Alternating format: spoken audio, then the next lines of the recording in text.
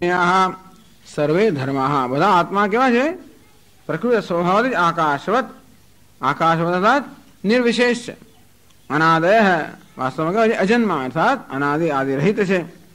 વિદ્યતે નહીં નાનાત્વમ આત્મામાં કોઈ પ્રકારનું નાનાત્વમ એટલે કે વિવિધતા કે ભેદભાવ નથી. તેશામ ક્વચન કિંચન ક્યારે પણ કોઈ પ્રકારનું નાનાત્વ કે ભેદભાવ આ આત્મામાં છે નહીં. જે બધા જ આત્મા એટલે કે આત્મા જે અનાદિ છે અને સ્વભાવથી આકાશવત અર્થાત એટલે નિરંશ સજાતીય વિજાતીય વગેરે ભેદ શૂન્ય અદ્વિતીય છે એ આત્માનું સ્વરૂપ છે. એ કહે છે ભાષ્યમાં પરમાર્થતસ્તુ પ્રકૃત્યા સ્વભાવતઃ આકાશવત આકાશતુલ્યઃ સૂક્ષ્મ નિરંજન સર્વગતત્વૈઃ સર્વે ધર્માઃ આત્મનઃ જ્ઞેયઃ મુમુક્ષુભિઃ અનાદયઃ નિત્યઃ. પરમાર્થતસ્તુ અર્થાત પારમાર્થિક સત્ય તો એ છે કે પ્રકૃત્યા સ્વભાવતઃ સ્વરૂપતઃ સ્વરૂપથી જ. સ્વરૂપ એને કહેવાય જેને હોવા માટે કોઈ કારણ તેનું નામ સ્વરૂપ. સ્વરૂપ એટલે જે હોવા માટે જે સ્વાભાવિક છે, જે ઉત્પન્ન કરેલું નથી. ઉત્પન્ન કરેલું ન હોવાને કારણે જેનો નાશ પણ નથી. ઉત્પન્ન થયું હોય તો એ સ્વરૂપ ન કહેવાય, આગંતુક નથી. એ કેવું છે? સ્વાભાવિક છે, ઉત્પન્ન કરેલું નથી. જેમ ઉષ્ણતા યજ્ઞનું સ્વરૂપ છે. અને તેથી જ્યારે અગ્નિ હોય તો ઉષ્ણતા હોય જ, કારણ કે ઉષ્ણતા હોવા માટે અગ્નિ બીજા કશા પર આધારિત નથી. ઉષ્ણ હોવા માટે અગ્નિ બીજા કશા પર આધારિત નથી. પ્રકાશિત હોવા માટે સૂર્ય બીજા કશા પર આધારિત નથી. અને તેથી જે વસ્તુ પોતે હોવા માટે બીજા કશા પર આધારિત ન હોય એનું સ્વરૂપ કહેવાય. તો તે રીતે આત્માનું પણ સ્વરૂપ શું? આકાશવત આકાશ તુલ્ય. આ આત્મા કેવો છે? આકાશ સમાન છે. આકાશ નથી, આકાશ સમાન છે. તો આકાશમાં એવા કેવા ગુણ છે જેને કારણે આત્માનું દ્રષ્ટાંત બને છે? સૂક્ષ્મ નિરંજન સર્વગતત્વ. આકાશ કયું છે? સૂક્ષ્મ. સર્વ મહાભૂતમાં આકાશ કયું છે? સર્વથી સૂક્ષ્મ. એટલે સૂક્ષ્મતા. આત્મા આકાશ નથી, પણ જેમ આકાશ સૂક્ષ્મ છે તેમ આત્મા પણ સૂક્ષ્મથી સૂક્ષ્મ છે. કેમ? કારણ કે એ ખરેખર શું છે? સર્વનો સાક્ષી છે, સર્વનો પ્રકાશક છે, સર્વનો દ્રષ્ટા છે. અને માટે સૂક્ષ્મ. નિરંજન આકાશની બીજી વિશિષ્ટતા કઈ? નિરંજન નિર્મળ છે આકાશ. આત્મા પર કેવું છે? નિર્મળ છે. કોઈ પ્રકારની મલિનતા નથી. અવિદ્યા કામ કર્મ રાગ દ્વેષ કોઈ પ્રકારની મલિનતાથી રહિત એવો નિરંજન. પછી નિરંજન નિર્લેપ, કશાથી લેપાયમાન ન થાય. જેમ શિવજી બધા અમે અનેક પ્રકારની બધી અશુદ્ધિઓ હોય, અનેક પ્રકારની અમંગળતા હોય, પણ જયારે લેપાયમાન ન થાય, નિત્ય મંગળ સ્વરૂપ છે. અંતે રીતે આત્મા પણ નિર્લેપ છે, અસંગ છે. આકાશ પણ કોઈ વસ્તુ લેપાયમાન થતું. આકાશ આત્મતત્વના ચિંતન માટે આકાશ ખૂબ ઉપયોગી છે. એટલા માટે હંમેશા આકાશનું દ્રષ્ટાંત આપવામાં આવતું હોય છે. આમ આકાશના સ્વરૂપનું ચિંતન કરીએ તો પણ આપણા આત્માના સ્વરૂપના ચિંતનમાં ખૂબ ઉપયોગી છે. આકાશ કેવું? ગમે તેટલા પદાર્થો અંદર રહેલા હોય એમનાથી ક્યારે પણ એનાથી લેપાયમાન થતું નથી, એનાથી ક્યારેય જોડાતું નથી. આકાશ અસંગ છે, નિર્લેપ છે. એમાં આત્મા પણ અસંગ છે, નિર્લેપ છે. સર્વગતત્વમ આકાશ કેવું છે? સર્વવ્યાપી છે. આત્મા પણ સર્વવ્યાપી છે. આ બધાની આકાશની જેમ સર્વવ્યાપી નથી, પણ આકાશ આપણે સર્વવ્યાપી કોને કહેવાય એનો ખ્યાલ આપે છે. આત્માનું સર્વવ્યાપીત્વ કંઈક જુદા પ્રકારનું છે. આકાશ માત્ર દેશમાં જ સર્વવ્યાપી છે. બધી તો આકાશ સર્વવ્યાપી નથી. આકાશમાં મનની કલ્પના હોવાને કારણે જે મન હોય ત્યાં જ આકાશ હોઈ શકે. સુષુપ્તિમાં જે મન નથી ત્યાં આકાશ નથી. એ તો આકાશ સર્વવ્યાપી મુખ્ય અર્થમાં નથી, અને છતાં વ્યવહારમાં કહી શકાય કે આકાશ સર્વવ્યાપી છે. જ્યાં પણ ક્યાં છે જગત ત્યાં આકાશ છે. આત્મા તો એથી પણ વધારે સર્વવ્યાપી છે. આકાશનું પણ અધિષ્ઠાન છે. જેને કારણે આકાશ સર્વવ્યાપી છે એ આત્મા છે. જેને કારણે આકાશ નિરંજન છે એ આત્મા છે. એટલે આ વ્યાવહારિક અર્થમાં આકાશ નિરંજન છે, સર્વવ્યાપી છે, સૂક્ષ્મ છે. એ જ ખ્યાલ આ બધા શબ્દો વળી પાછા લક્ષણાવૃત્તિ આત્માનું જ્ઞાન આપે. એનું માનવું કે આકાશની સર્વવ્યાપકતા એનું આપણે ચિંતન કરેલા આકાશની સર્વવ્યાપકતાનું જ્ઞાન થયું નથી. આ બધા શબ્દો સૂક્ષ્મ, નિરંજન, સર્વગત, આકાશ પોતે પણ વાચ્યાર્થની પણ લક્ષણાવૃત્તિથી આત્માનું જ્ઞાન કરાવી શકે. સર્વવ્યાપકતા અર્થાત જે સર્વવ્યાપકતાના ખ્યાલનું પણ અધિષ્ઠાન છે. સૂક્ષ્મતા, નિરંજનતા, આ સર્વ ખ્યાલનું પણ જે અધિષ્ઠાન છે, પ્રકાશક છે, એવો આત્મા. સર્વગતત્વૈ સર્વે ધર્માઃ આત્મનઃ જ્ઞેયાઃ.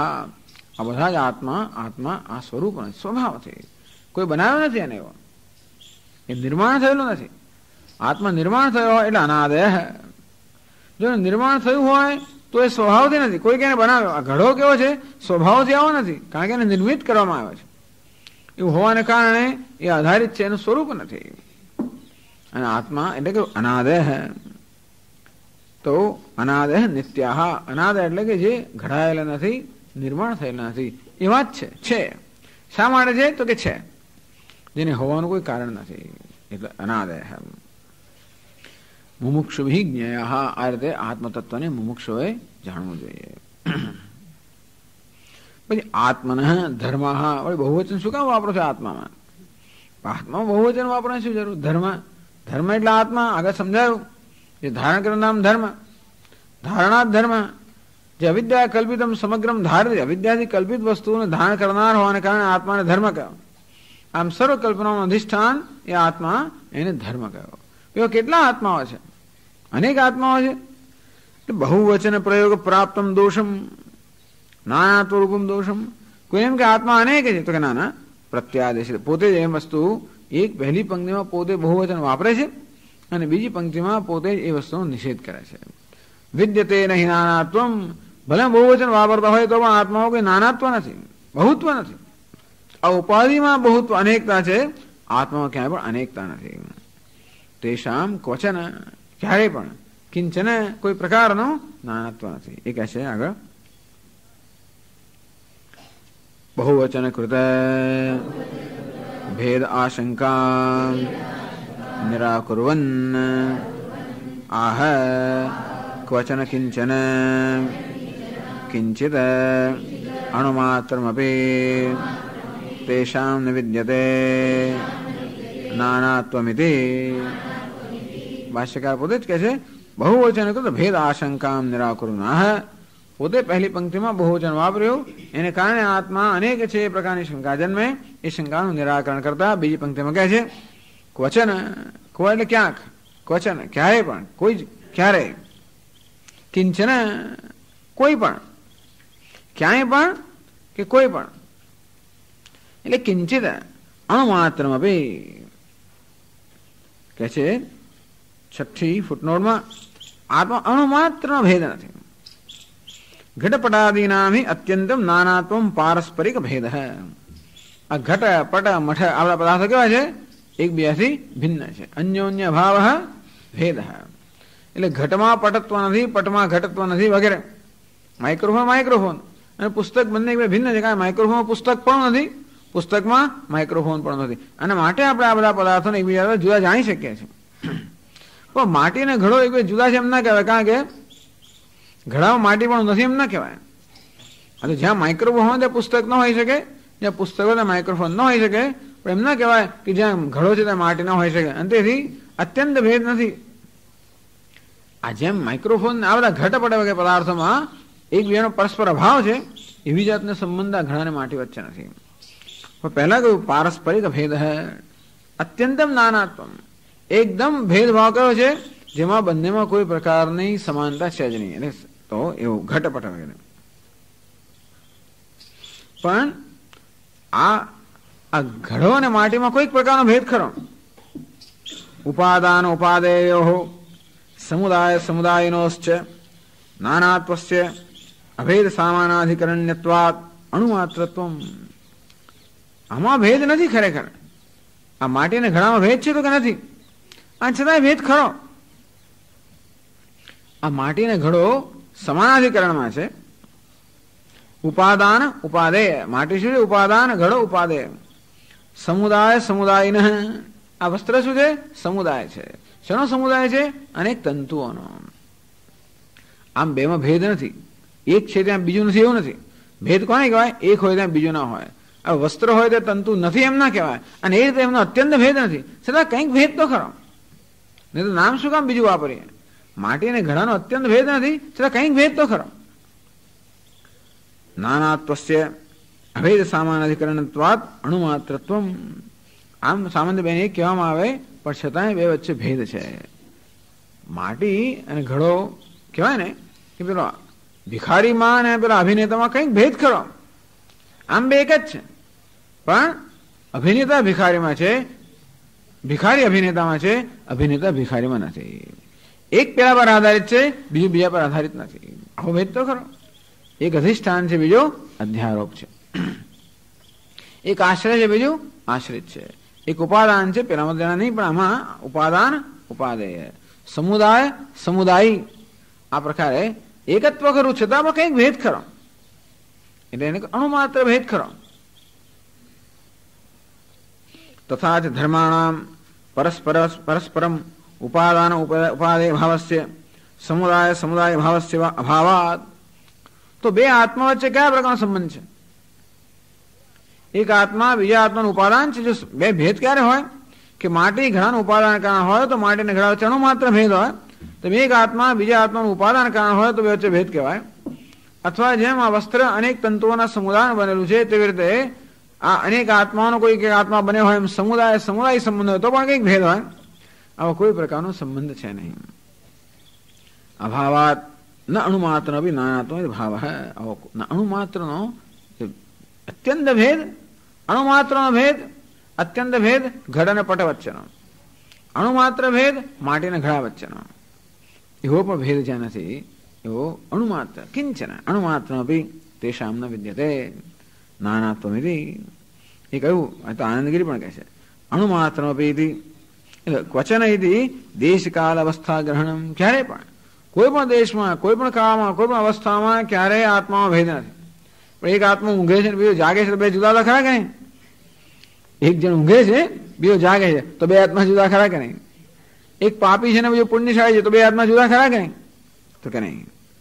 ક્વચન કોઈ પણ એક અહીં છે ને બીજો અમેરિકામાં છે, તો પણ દેશ કાલ અને અવસ્થા એ કોઈ પ્રકારનો ભેદ આત્મામાં નથી. અર્થાત સર્વ દેશમાં, સર્વ કાળમાં, સર્વ અવસ્થામાં આત્મા હંમેશા એમને એમ જ હોય છે, અને બધા આત્મા એક સાથે જ એ પ્રકારના જ હોય છે. અણુમાત્ર કાર્યકારણ ભાવસ્ય અંશાંશી ભાવસ્ય છે ઉપાદાનમ. ટૂંકમાં એક આત્મા બીજા આત્મા સાથે કાર્યકારણથી સંબંધિત હોય. અંશંશી સમુદાય સમુદાયી આવા કોઈ પ્રકારનો સંબંધ નથી, અને તેથી આત્મા પૂર્ણ રીતે એક છે. આત્મા કોઈ પ્રકારનો અણુમાત્ર પણ ભેદભાવ નથી. એક અદ્વિતીય આત્મા છે, ચૈતન્ય. પણ કેમ બહુવચન વાપરવામાં આવ્યું? આ દેહ કે ઉપાધિમાં અનેકતા હોવાને કારણે સામાન્ય ખ્યાલ એવો હોય છે કે આત્મા અનેક છે. ઉપાધિની અનેકતાનો આત્મા પર આરોપ થતો હોવાને કારણે સામાન્ય એવી માન્યતા હોય કે આત્મા અનેક છે. એટલે હું જુદો અને તું જુદો, આપણે કહીએ શું કરવા? હું એટલે કે શરીર જુદા એમ બની, આપણે આત્મા જુદા એમ માને છે. આ મેં કર્યું, આ તે કર્યું, એમ હું ને તું એક આંગળી આમ ને ત્રણ આંગળી આમ વગેરે વગેરે.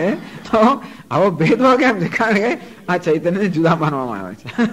તો આવો ભેદભાવ માનવામાં આવે ત્યારે તેથી ઉપાધિના ભેદભાવને આત્માનો ભેદભાવ માનવો એ માટે આ કહેવામાં આવે. એટલે ઉપાધિમાં જ ભેદભાવ છે, આત્મામાં નહીં. હવે જે કે થોડા ઘણા આવા સંશયો હોય દૂર કરે છે પાછળથી. જ્ઞેય શબ્દ પ્રયોગાત મુખ્યમેવ જ્ઞેયત્વમ પ્રાપ્તમ. આત્મા કેવો છે? વિજ્ઞેય છે, અર્થાત એને જાણવો જોઈએ. ઓહો, આત્માને જાણવાનો છે. જાણવાનું કોને હોય? જેના વિશે અત્યારે જ્ઞાન ન હોય એને જાણવા યોગ્ય જાણવાનો છે. એટલે શું? જેનું અત્યારે જ્ઞાન નથી. પણ આત્મા કેવો છે? જ્ઞાન સ્વરૂપ છે, એને જાણવાનો છે, એવો પણ ખ્યાલ ન રહેવો જોઈએ.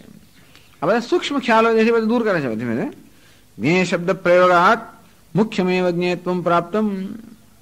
મુખ્યમેવ એટલે ફલ વ્યાપ્તિ રૂપમ.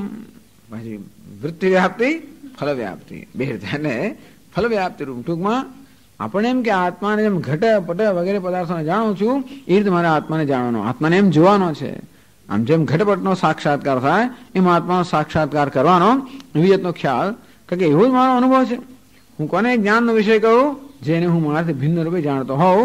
અને એ રીતે આત્મા પર જો જ્ઞાનનો વિષય હોય તો મારે ભિન્ન રૂપે જાણવાનો હોય, એ પ્રકારનો ખ્યાલ ઉત્પન્ન થાય. તો એ ખ્યાલને પણ દૂર કરે છે 92મા શ્લોકમાં. आदिबुद्धाः प्रकृत्यैव सर्वे धर्माः सुनिश्चिताः यस्यैवं भवति क्षान्तिः सोऽमृतत्वाय कल्पते। आदिबुद्धा आत्मा क्या है? आदिबुद्ध प्रमाण वृत्तितः प्रागेव प्रकाश आदि पहले थी। बुद्धा आत्मा के पहले थी ज्ञान स्वरूप है। अज्ञान શું આત્મામાં? આત્મા કેવો છે? જ્ઞાન સ્વરૂપ.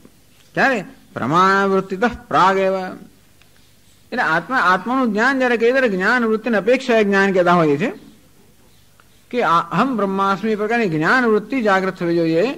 પણ એ પ્રકારની જ્ઞાન વૃત્તિની પહેલા પણ આત્મા કેવો છે? જ્ઞાન સ્વરૂપ જ છે. પ્રાગેવ પ્રકાશ રૂપા. હજી પાછું બહુવચન વાપરે જ છે, આદિ બધા વગેરે વગેરે, એ નહીં છોડતા, પણ બધે બહુવચન જ વાપરે. પણ એક વાર કહી દઈશું એટલે બહુવચન વાપરે તમે લોકો કોઈ રીતે વિક્ષિપ્ત ના થઈ જાવ કે કઈ બીજો સંશય ના ઉત્પન્ન. એક વાર કહી દઉં, વિદ્યતે નહીં નાનાત્વમ, એમ તેષામ નાનાત્વમ ન વિદ્યતે. આદિ બુદ્ધા અર્થાત હું બ્રહ્મ છું એ પ્રકારનું જ્ઞાન થયા પહેલા પણ આત્મા કેવો છે? નિત્ય જ્ઞાન સ્વરૂપ, નિત્ય પ્રકાશ સ્વરૂપ છે. આદિ બુદ્ધા પ્રકૃત્ય એવ આત્મા વડે જ્ઞાન સ્વરૂપ છે. કેમ? બસ એનું સ્વરૂપ છે એટલે બસ જ્ઞાન સ્વરૂપ, જ્ઞાનનું સ્વરૂપ છે. સર્વે ધર્મા સુનિશ્ચિતા. આપણે બીજું સુનિશ્ચિતા નિત્ય વિજ્ઞપ્તિ રૂપા. પછી આ શબ્દો પણ સુનિશ્ચિત જેનો સાહેબ નિશ્ચય થઈ ગયો છે એનો અહીંયા શું કરવાનો? નિત્ય વિજ્ઞપ્તિ રૂપા. એકમાં આત્મા સ્વયં પ્રકાશ છે અને બીજો આત્મા સ્વયં પ્રકાશ. આત્મા જ્ઞાન સ્વરૂપ છે અને વળી સ્વયં પ્રકાશ છે, સત પ્રકાશિત છે, સતત જ્ઞાનનો વિષય છે. એટલે આત્માનું અજ્ઞાન પણ નથી. એટલે આત્મા જ્ઞાનનો વિષય નથી એવું નથી, આત્મા વિશે નિશ્ચય નથી એવું પણ નથી. સુનિશ્ચિતા આત્માનો નિશ્ચય થયો છે કે હું છું કે નહીં એમાં કોઈ સંશય છે નહીં. આત્મા છે કે નહીં એ વિશે કોઈ સંશય નથી. તેથી આત્મા પહેલેથી સુનિશ્ચિત છે. અથવા આ રીતે જ્ઞાની પુરુષ આત્માને જાણે. જયારે જ્ઞાન થાય ત્યારે ઓહો આત્માએ પ્રકાશવાનું શરૂ કર્યું, કંઈક પ્રકાશ ઉત્પન્ન થયો, અત્યાર સુધી નહોતો, એવી રીતે જ્ઞાન ન થાય. એ નિત્ય પ્રકાશ સ્વરૂપ છે, એ રીતે જ્ઞાન થાય. યસ્યૈવં ભવતિ શાંતિ.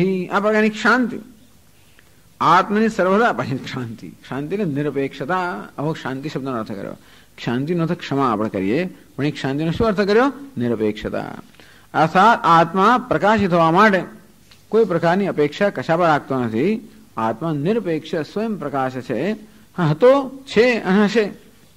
આત્મા નિત્ય મુક્ત હતો, મુક્ત હતો, છે અને હશે. નિત્ય મુક્ત એટલે હતો, છે ને હશે. સ્વયં પ્રકાશ એટલે પ્રકાશિત હતો, છે ને હશે. આ પ્રકારનો નિશ્ચય જન્મે છે. આ પ્રકારની શાંતિ, આ પ્રકારનો નિશ્ચય જયારે જન્મે સહ અમૃતત્વાય કલ્પતે. એ અમૃતત્વ માટે યોગ્ય બને છે, અર્થાત મોક્ષ માટે યોગ્ય બને છે.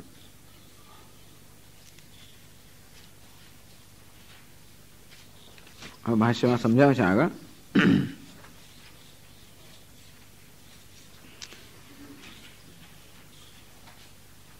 જ્ઞેયતાપી ધર્માણામ સંવૃત્યા એવ ન પરમાર્થતઃ ઇતિ આહ.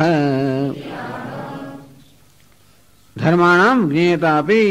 આત્મા જ્ઞેય અથવા જ્ઞાન, આત્માને જાણવો જોઈએ એ જે ખ્યાલ છે ને એ પણ જતો રહેવો જોઈએ. ટૂંકમાં આત્મા જાણવાનો વિષય છે. જાણવાનો એટલે કે જે અત્યારે જ્ઞાનનો વિષય નથી એવા જ્ઞાનનો વિષય છે. અત્યારે હું આત્માને જરાય જાણતો નથી અને એ અજ્ઞાત આત્માને જાણવાનો છે એ વસ્તુ નથી. એટલે અત્યારે હું આત્માને જાણતો નથી અને હવે મારે જાણવાનો છે એ પ્રકારનો ખ્યાલ પણ ન હોવો જોઈએ. અત્યારે પણ આત્માને જાણું જ છું, કારણ કે આત્માને જાણ્યા વગર શું જાણી જ ના શકે. એટલે જ્ઞેયતા બી ધર્માણામ સમૃત્યા એવ. સમૃત્યા આવિદ્યક વ્યવહારેણ એવ. ટૂંકમાં અવિદ્યામાંથી જન્મેલા વ્યવહારને કારણે આત્મા જાણવાનો છે. એમ આત્મા જાણવાનો છે એ પ્રકારના શબ્દ પ્રયોગનો વિષય બને છે કે આત્મા વિજ્ઞેય છે, જાણવાનો છે. એટલે એ પ્રકારનો ખ્યાલ આપણામાં જો હોય કે આત્મા જાણવાનો છે, આત્મા જ અત્યારે અજ્ઞાત છે, એવા અજ્ઞાત આત્માને જાણવાનો છે એ પ્રકારનો જો ખ્યાલ હોય એ ખ્યાલ પણ અવિદ્યામાંથી જન્મેલો છે. અજ્ઞાત આત્માને જાણવાનો છે. જાણવાનો, જાણાયેલો આત્માને જ જાણવાનો છે. જે આત્મા જણાયેલો છે એને જાણવાનો છે. જે જણાયેલો નથી એને જાણવાનો છે એવું નથી. તો કેવી રીતે એ કહે છે ઇત્યા ન પરમાર્થતઃ ઇત્યાહ, ટૂંકમાં વાસ્તવિક જોવા જઈએ તો અજ્ઞાન એ પણ નથી, આત્મામાં અજ્ઞાન નામની પણ વસ્તુ નથી. એ કહે છે યસ્માદ આદૌ બુદ્ધઃ આદિબુદ્ધઃ પ્રકૃત્યા એવ સ્વભાવતઃ એવ યથા નિત્યપ્રકાશ સ્વરૂપઃ સવિતા એવં નિત્યબોધ સ્વરૂપાઃ ઇત્યર્થઃ. કેમ આત્મા જ્ઞેય એટલે કે જ્ઞાન પ્રાપ્ત જાણવાનો વિષય હોય, અજ્ઞાત આત્મા જાણવાનો છે એવું છે એ બરોબર છે. કેમ? યસ્માત, કારણ કે આદૌ બુદ્ધઃ આદિબુદ્ધઃ પ્રકૃત્યૈવ, આદિ એટલે કે પહેલેથી એટલે કે જે છે જ, પ્રકૃત્યૈવ સ્વભાવતઃ એવ, સ્વભાવથી જ કે સ્વરૂપથી જ આત્મા બુદ્ધ છે. બુદ્ધ એટલે નિત્ય પ્રકાશ સ્વરૂપ, આત્મા નિત્ય પ્રકાશ સ્વરૂપ છે, જ્ઞાન સ્વરૂપ છે. સવિતા, જેમ સૂર્ય નિત્ય પ્રકાશ સ્વરૂપ છે, સ્વપ્રકાશ છે, એવં નિત્ય બોધ સ્વરૂપાઃ ઇત્યર્થઃ. આત્મા નિત્ય બોધ સ્વરૂપ, નિત્ય જ્ઞાન સ્વરૂપ છે, સ્વયં પ્રકાશિત છે. તેથી એવું નથી કે આત્માને કોઈ જાણતું નથી અથવા અજ્ઞાત આત્માને જાણવાનું છે એવું પણ નથી.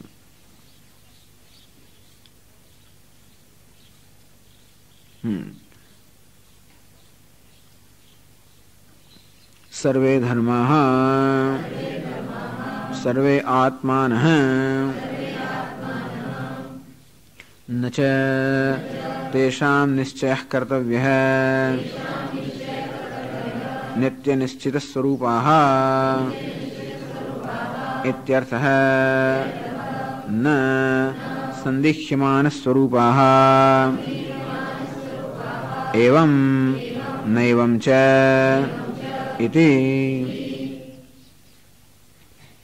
આ બધા આત્મા એટલે આત્મા નિત્ય બોધ સ્વરૂપ અર્થાત નિત્ય જ્ઞાન સ્વરૂપ છે. અને વળી કેવો છે? સુનિશ્ચિત ન જ તેષામ નિશ્ચય કર્તવ્ય. ટૂંકમાં એમના વિશે કોઈ નિશ્ચય પણ કરવાનો નથી. એ આવો છે ને આવો નથી, કે છે કે નહીં આ પ્રકારનો નિશ્ચય એમના માટે કરવાની જરૂર નથી. કહેવાનો ભાવ એ છે કે જગતના બીજા પદાર્થો માટે હંમેશા નિશ્ચય કરવો પડતો હોય કે આ છે કે નહીં. કોઈ પદાર્થ છે એ ત્યારે સિદ્ધ થઈ શકે જ્યારે એ મારા જ્ઞાનનો વિષય બને. તો આત્મા છે એ આત્માને સિદ્ધ કરવા માટે શું પ્રક્રિયા છે એવું આત્માને સિદ્ધ કરવાની જરૂર નથી. ટૂંકમાં અનાત્મા એ જળ હોવાને કારણે, સ્વપ્રકાશ ન હોવાને કારણે હંમેશા ચૈતન્યના પ્રકાશની અપેક્ષા રાખે છે. અને તેથી કોઈ પદાર્થ જ્યારે ચૈતન્ય વડે પ્રકાશિત હોય, આમ તો મારા ચક્ષુના પ્રકાશથી આ રંગ પ્રકાશિત છે, પણ ચક્ષુ વળી મનથી પ્રકાશિત છે, એ મન વળી ચૈતન્યથી પ્રકાશિત છે. આમ સર્વ પદાર્થો ક્યારે જ્ઞાનના વિષય બને અથવા અસ્તિત્વ ક્યારે સિદ્ધ થાય? જ્યારે ચૈતન્યથી પ્રકાશિત હોય. પણ ચૈતન્યનું પોતાનું શું? એ કેવું છે? નિત્ય પ્રકાશિત અથવા તો સ્વપ્રકાશ એટલે કહ્યું. અને તેથી એ ચૈતન્ય છે કે નહીં એવું નિશ્ચય એના વિશે કરવાની જરૂર નથી. આ પદાર્થ છે કે નહીં એ નિશ્ચય કરવા માટે પ્રમાણની જરૂર પડે. ચૈતન્ય છે કે નહીં એ નિશ્ચય કરવા માટે શું પ્રમાણ છે? હું છું એ નિશ્ચય કરવા માટે કયા પ્રયત્નની આવશ્યકતા છે, કયા જ્ઞાન સાધનની આવશ્યકતા છે? કોઈની પણ નહીં. એટલે આત્મા છે, જ્ઞાન પણ છે, કે આત્મા જ્ઞાન સ્વરૂપ છે. ન ચ તેષામ નિશ્ચય કર્તવ્ય નિત્ય નિશ્ચય સ્વરૂપ નિશ્ચિત સ્વરૂપાઃ ઇત્યર્થઃ. ટૂંકમાં આત્મા હંમેશા છે, સ્વયં પ્રકાશ છે, જ્ઞાનનો વિષય છે. કોઈને પણ પોતે છે કે નહીં એ વિષયમાં સંશય હોતો નથી, અને એવા સંશયનો એ વિષય નથી. નહીં સંદેહ્યમાન સ્વરૂપાઃ એવમ નૈવમ છે, જેના વડે સંદેહ હોય આવો છે કે આવો નથી, અને જ્ઞાન થાય ત્યારે પણ એ પણ એક વસ્તુ છે કે આ બધા પદાર્થોનું જ્ઞાન થાય. અનાત્મા જેને કહીએ આપણે, એ પદાર્થનું જ્ઞાન ક્યારે પણ સંદેહથી મુક્ત ન હોય. કોઈ પદાર્થ વિશે ક્યારેય પણ આમ જ છે ને આમ નથી એવું નિશ્ચય થઈ જ ના શકે. કારણ કે જ્યારે કોઈ પદાર્થ મારા જ્ઞાનનો વિષય બને, જ્યાં જ્ઞાન અને જ્ઞાતા અને જ્ઞેય આ પ્રકારનો ભેદ હોય છે જ્ઞાનની અંદર, તે હંમેશા કોઈ પદાર્થનું માત્ર એક પાસું જ એનામાં દર્શન થાય, એ પદાર્થના સમગ્ર રીતે દર્શન ન થાય. કોઈ પણ પદાર્થનું, જગતના પદાર્થનું જ્ઞાન કોઈ દિવસ પૂર્ણ તો હોય જ નહીં. આપણે કહીએ કે ભાઈ આ કેળાનું પુષ્પ, ચલો કેળાનું પણ પુષ્પ, કેળાનું પુષ્પ, પણ એ કેળના પુષ્પ તો ખેતમાં અંદર અંદર બધું હોય એટલે આપણે આમ જોયું પુષ્પ, પણ પુષ્પને ગમે ત્યારે એનો એક અંશને આપણે જાણી શકીએ, ક્યારે પુષ્પને પૂર્ણતયા જાણી જ ના શકીએ. સંદેહ રહ્યા જ કરવાનો કે આ શું છે ને શું નથી, અથવા તો એના જ્ઞાનમાં હંમેશા કોઈનું કોઈ પ્રકાર ઉણપ રહ્યા જ કરવાની. કારણ કે એને જાણવા માટે આખું જગત જાણવું પડે. એક પુષ્પને શું કશાયને જાણવા માટે, કારણ કે એને માટે આપણે ફિઝિક્સ જાણવું, ભૌતિક શાસ્ત્ર જાણવું પડે, વળી રસાયણ શાસ્ત્ર જાણવું પડે, વળી જીવશાસ્ત્ર જાણવું પડે, અને એને માટે બધા પછી મેથેમેટિક્સ જાણવું પડે, એનું બધું જ જાણવું પડે. કોઈ માણસ એવો જન્મ્યો નથી જે પુષ્પને જાણતો હોય પૂરી રીતે. બધા જે છે બધા વિદ્વાનો એ પણ કોઈક એક અંશને જાણતા હોય છે. ક્યારે પૂર્ણતા કશાના ન જાણે. કે છે ને કે ઓસ્ટ્રેલિયાના ફલાણા પ્રદેશમાં એક પ્રકારનું પ્રાણી છે, એના ઉદરની અંદર ફલાણા પ્રકારનો એક સેલ છે, કોષ છે. બસ એ કોષને જાણવા માટે જગતના બધા જ વૈજ્ઞાનિકો સતત પ્રયોગ કરે હંમેશા માટે, તોય પણ એ કોષને પણ ના જાણી શકે. ટૂંકમાં એક વસ્તુને પણ પૂર્ણતયા જાણવી શક્ય નથી. અંતેથી ક્યારે પણ આપણે એવો સંતોષ તો થાય જ નહીં કે આ વસ્તુને મેં બરોબર જાણી. એના વિશે કંઈ ને કંઈ સંદેહ કે કંઈ ને કંઈ હંમેશા આપણા અસંતોષ રહી જવાનો. તો આત્મજ્ઞાનમાં એવું કંઈ નથી. નિત્ય નિશ્ચિત સ્વરૂપ, હા ટૂંકમાં આત્માનું જ્યારે જ્ઞાન થાય કોઈ પ્રકારના સંદેહમાં રહી ના શકે. એક આત્મા જ વિષય હોય જેનું પૂર્ણતયા જ્ઞાન થાય. એટલા જ માટે કે જ્ઞાનમાં કોઈ વચ્ચે અવરોધ કે વચ્ચે કોઈ વ્યવધાન નથી આવતું. એટલે કે જગતના વિષયોને જાણવા માટે આપણી ઇન્દ્રિયો હોય, મન હોય, અને એ બધાની મર્યાદાઓ હંમેશા એ જ્ઞાનને મર્યાદિત કરતું હોય. આત્મજ્ઞાનમાં આ પ્રકારની કોઈ વ્યવધાન વચ્ચે કોઈ વસ્તુ ન હોવાને કારણે, અપરોક્ષ જ્ઞાન હોવાને કારણે આત્મા પૂર્ણપણે જણાય છે.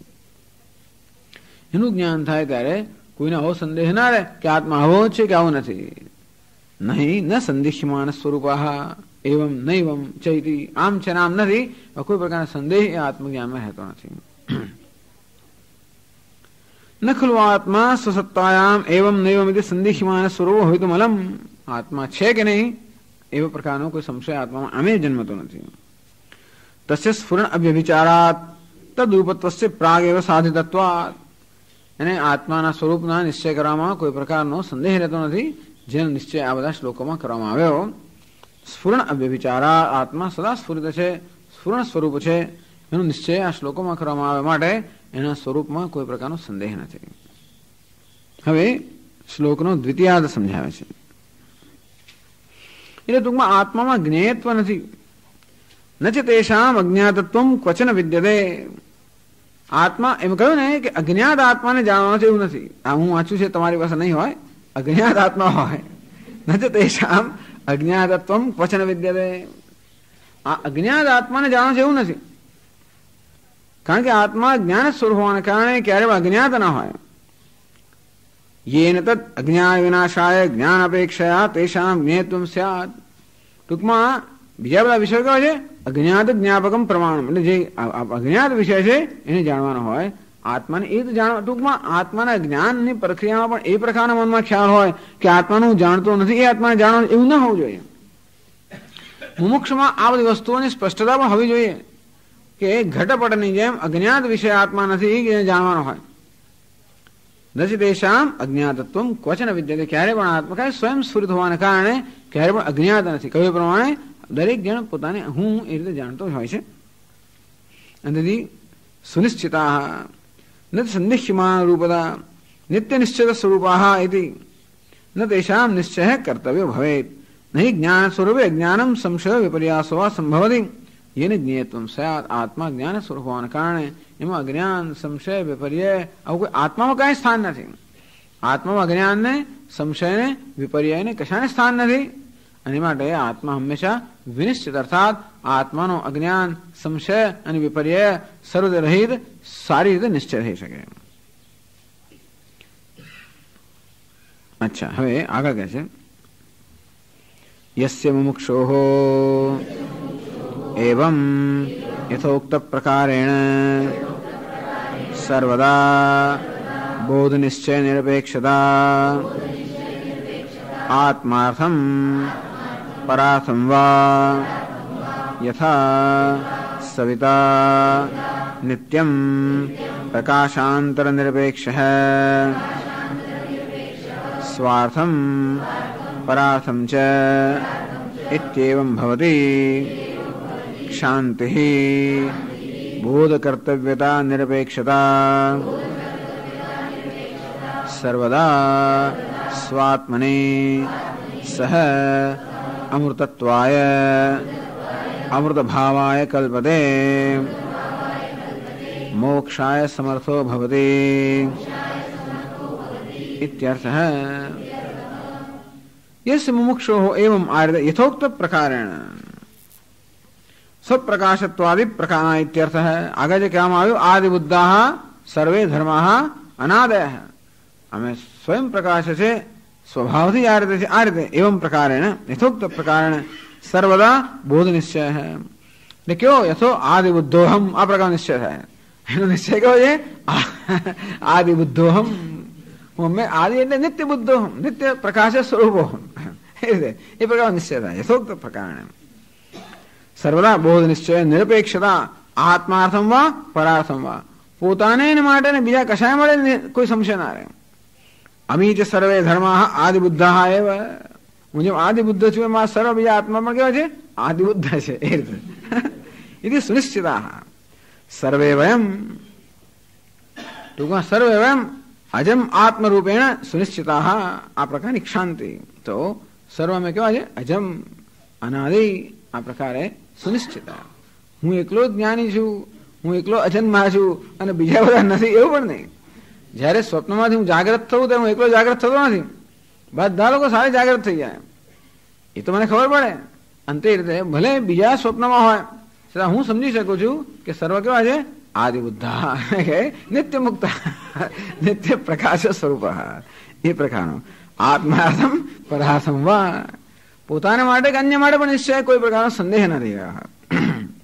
यथोक्त प्रकारेण सर्वदा बोध निश्चय निरपेक्षता એટલે બોધનો નિશ્ચય કરવાની આવશ્યકતા ન રહે। એ બોધ કેવો છે જેમાં કોઈ પ્રકારનો સંદેહ ન હોવાને કારણે એ નિશ્ચયમાં બીજા ટૂંકમાં આત્માના સ્વરૂપનો નિશ્ચય કરવા માટે બીજા કશા પર આધાર ન રાખવો પડે। जगतना बीजा पदार्थों स्वरूप निश्चय करवा पड़े कशाक पर आधार राखो पड़े मारे चक्षु पर आधार प्रमाण पर आधार राखो पड़े पण आत्मा स्वरूप निश्चय करवा माटे कशा पर आधार न राखવો પડે માટે એને કહ્યું બોધ નિશ્ચય નિરપેક્ષતા। આમ આત્માના બોધનો નિશ્ચય કરવા માટે બીજા કશાની અપેક્ષા નથી। આત્મા પોતે જ પર્યાપ્ત છે।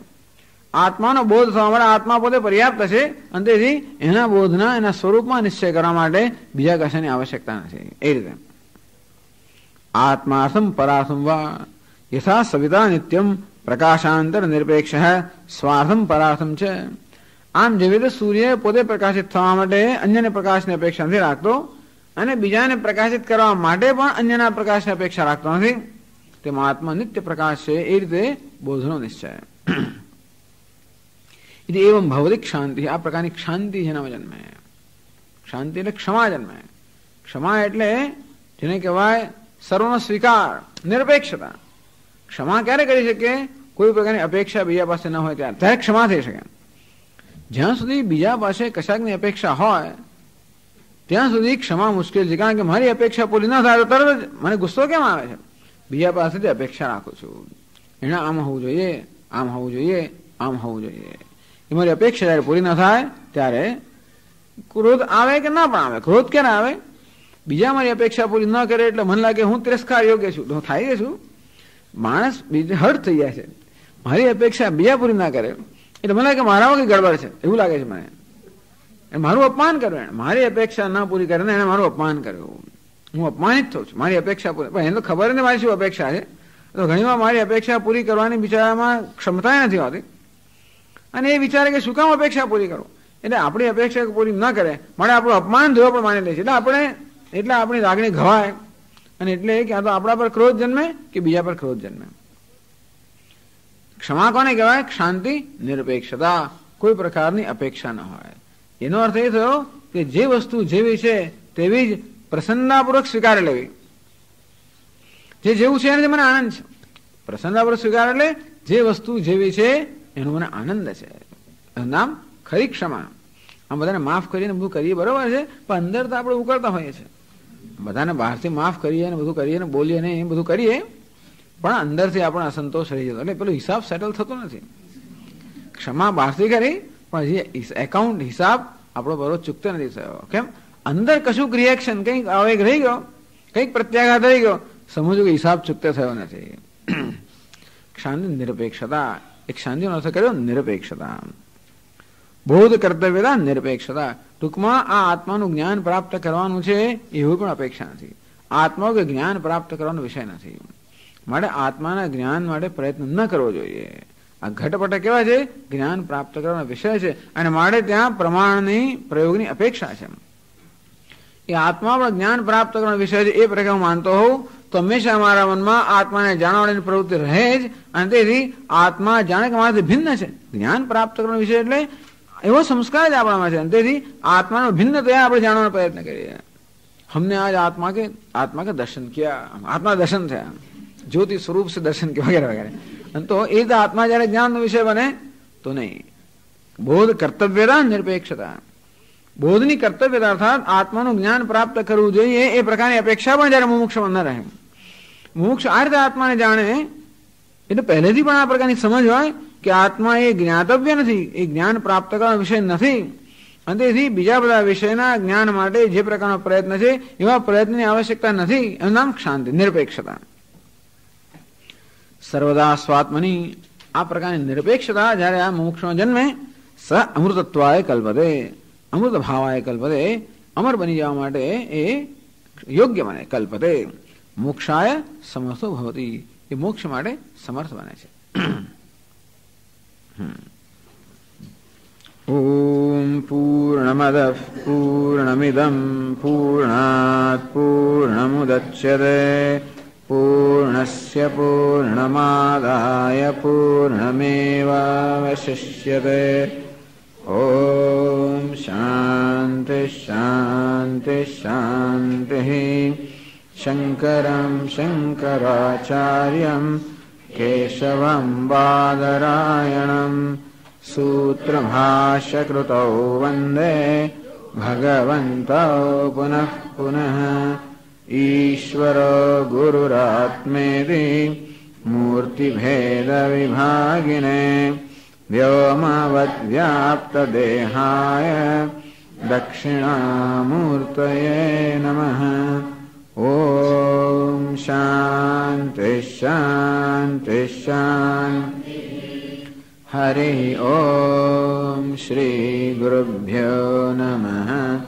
हरि ओम शुप्रदानै स्थिरचरणिकरव्यापिभिर्व्याप्य लोकान् भुक्त्वा भोगान् सविष्टान् पुनरपि धिषणोद्भासितान् कामजन्यान् पीत्वा सर्वान् विशेषान् स्वपिति मधुरभुक् मायया भोजयन्नः.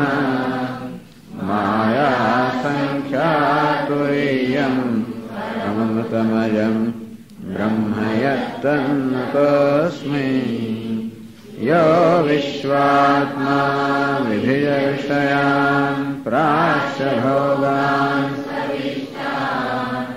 पश्चाच्चान्यान् स्वमति भवान् ज्योतिषा स्वेन सूक्ष्मान् सर्वानेतान् पुनरपि शनैः स्वात्मनि स्थापयित्वा हित्वा सर्वान् विशेषान् विगतगुणगणः पात्वसौ नस्तुरीयः.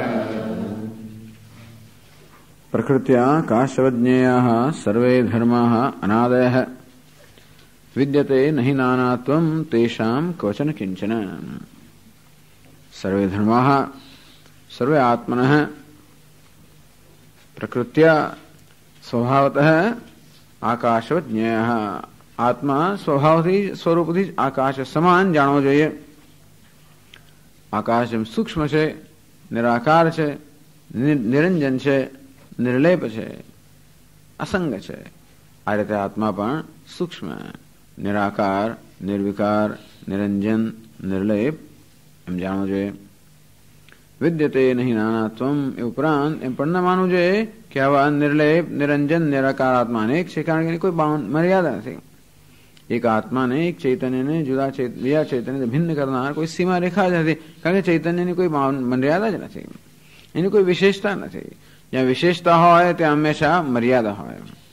ચૈતન્ય નિર્વિશેષ હોવાને કારણે કોઈ મર્યાદામાં બદ્ધ નથી, કોઈ નામની, રૂપની, દેશ, કાળ કે કોઈ પ્રકાર વિશેષની મર્યાદામાં બદ્ધ નથી. એવું નિર્વિશેષ ચૈતન્ય અનેક હોય જ ન શકે. બહુવચન વાપરે છે કે સામાન્ય ખ્યાલ એવો છે કે આત્મા અનેક છે, અને પહેલા હું નિરંજન, નિર્વિકાર, નિરાકાર, સૂક્ષ્મ છું, અને એ ચૈતન્યમાં અન્યત્ર અથવા તો કોઈ પ્રકારનો ભેદભાવ છે નહીં. વિદ્યતે નહીં નાનાત્વમ તેષામ ક્વચન કિંચન. આત્મા બીજા કોઈ સાથે કાર્યકારણ ભાવ કશાય ભાવથી સંબંધિત નથી, બીજું કંઈ જ ના હોવાને કારણે કશા ભાવથી સંબંધિત નથી. આત્મા એક છે, અદ્વિતીય છે.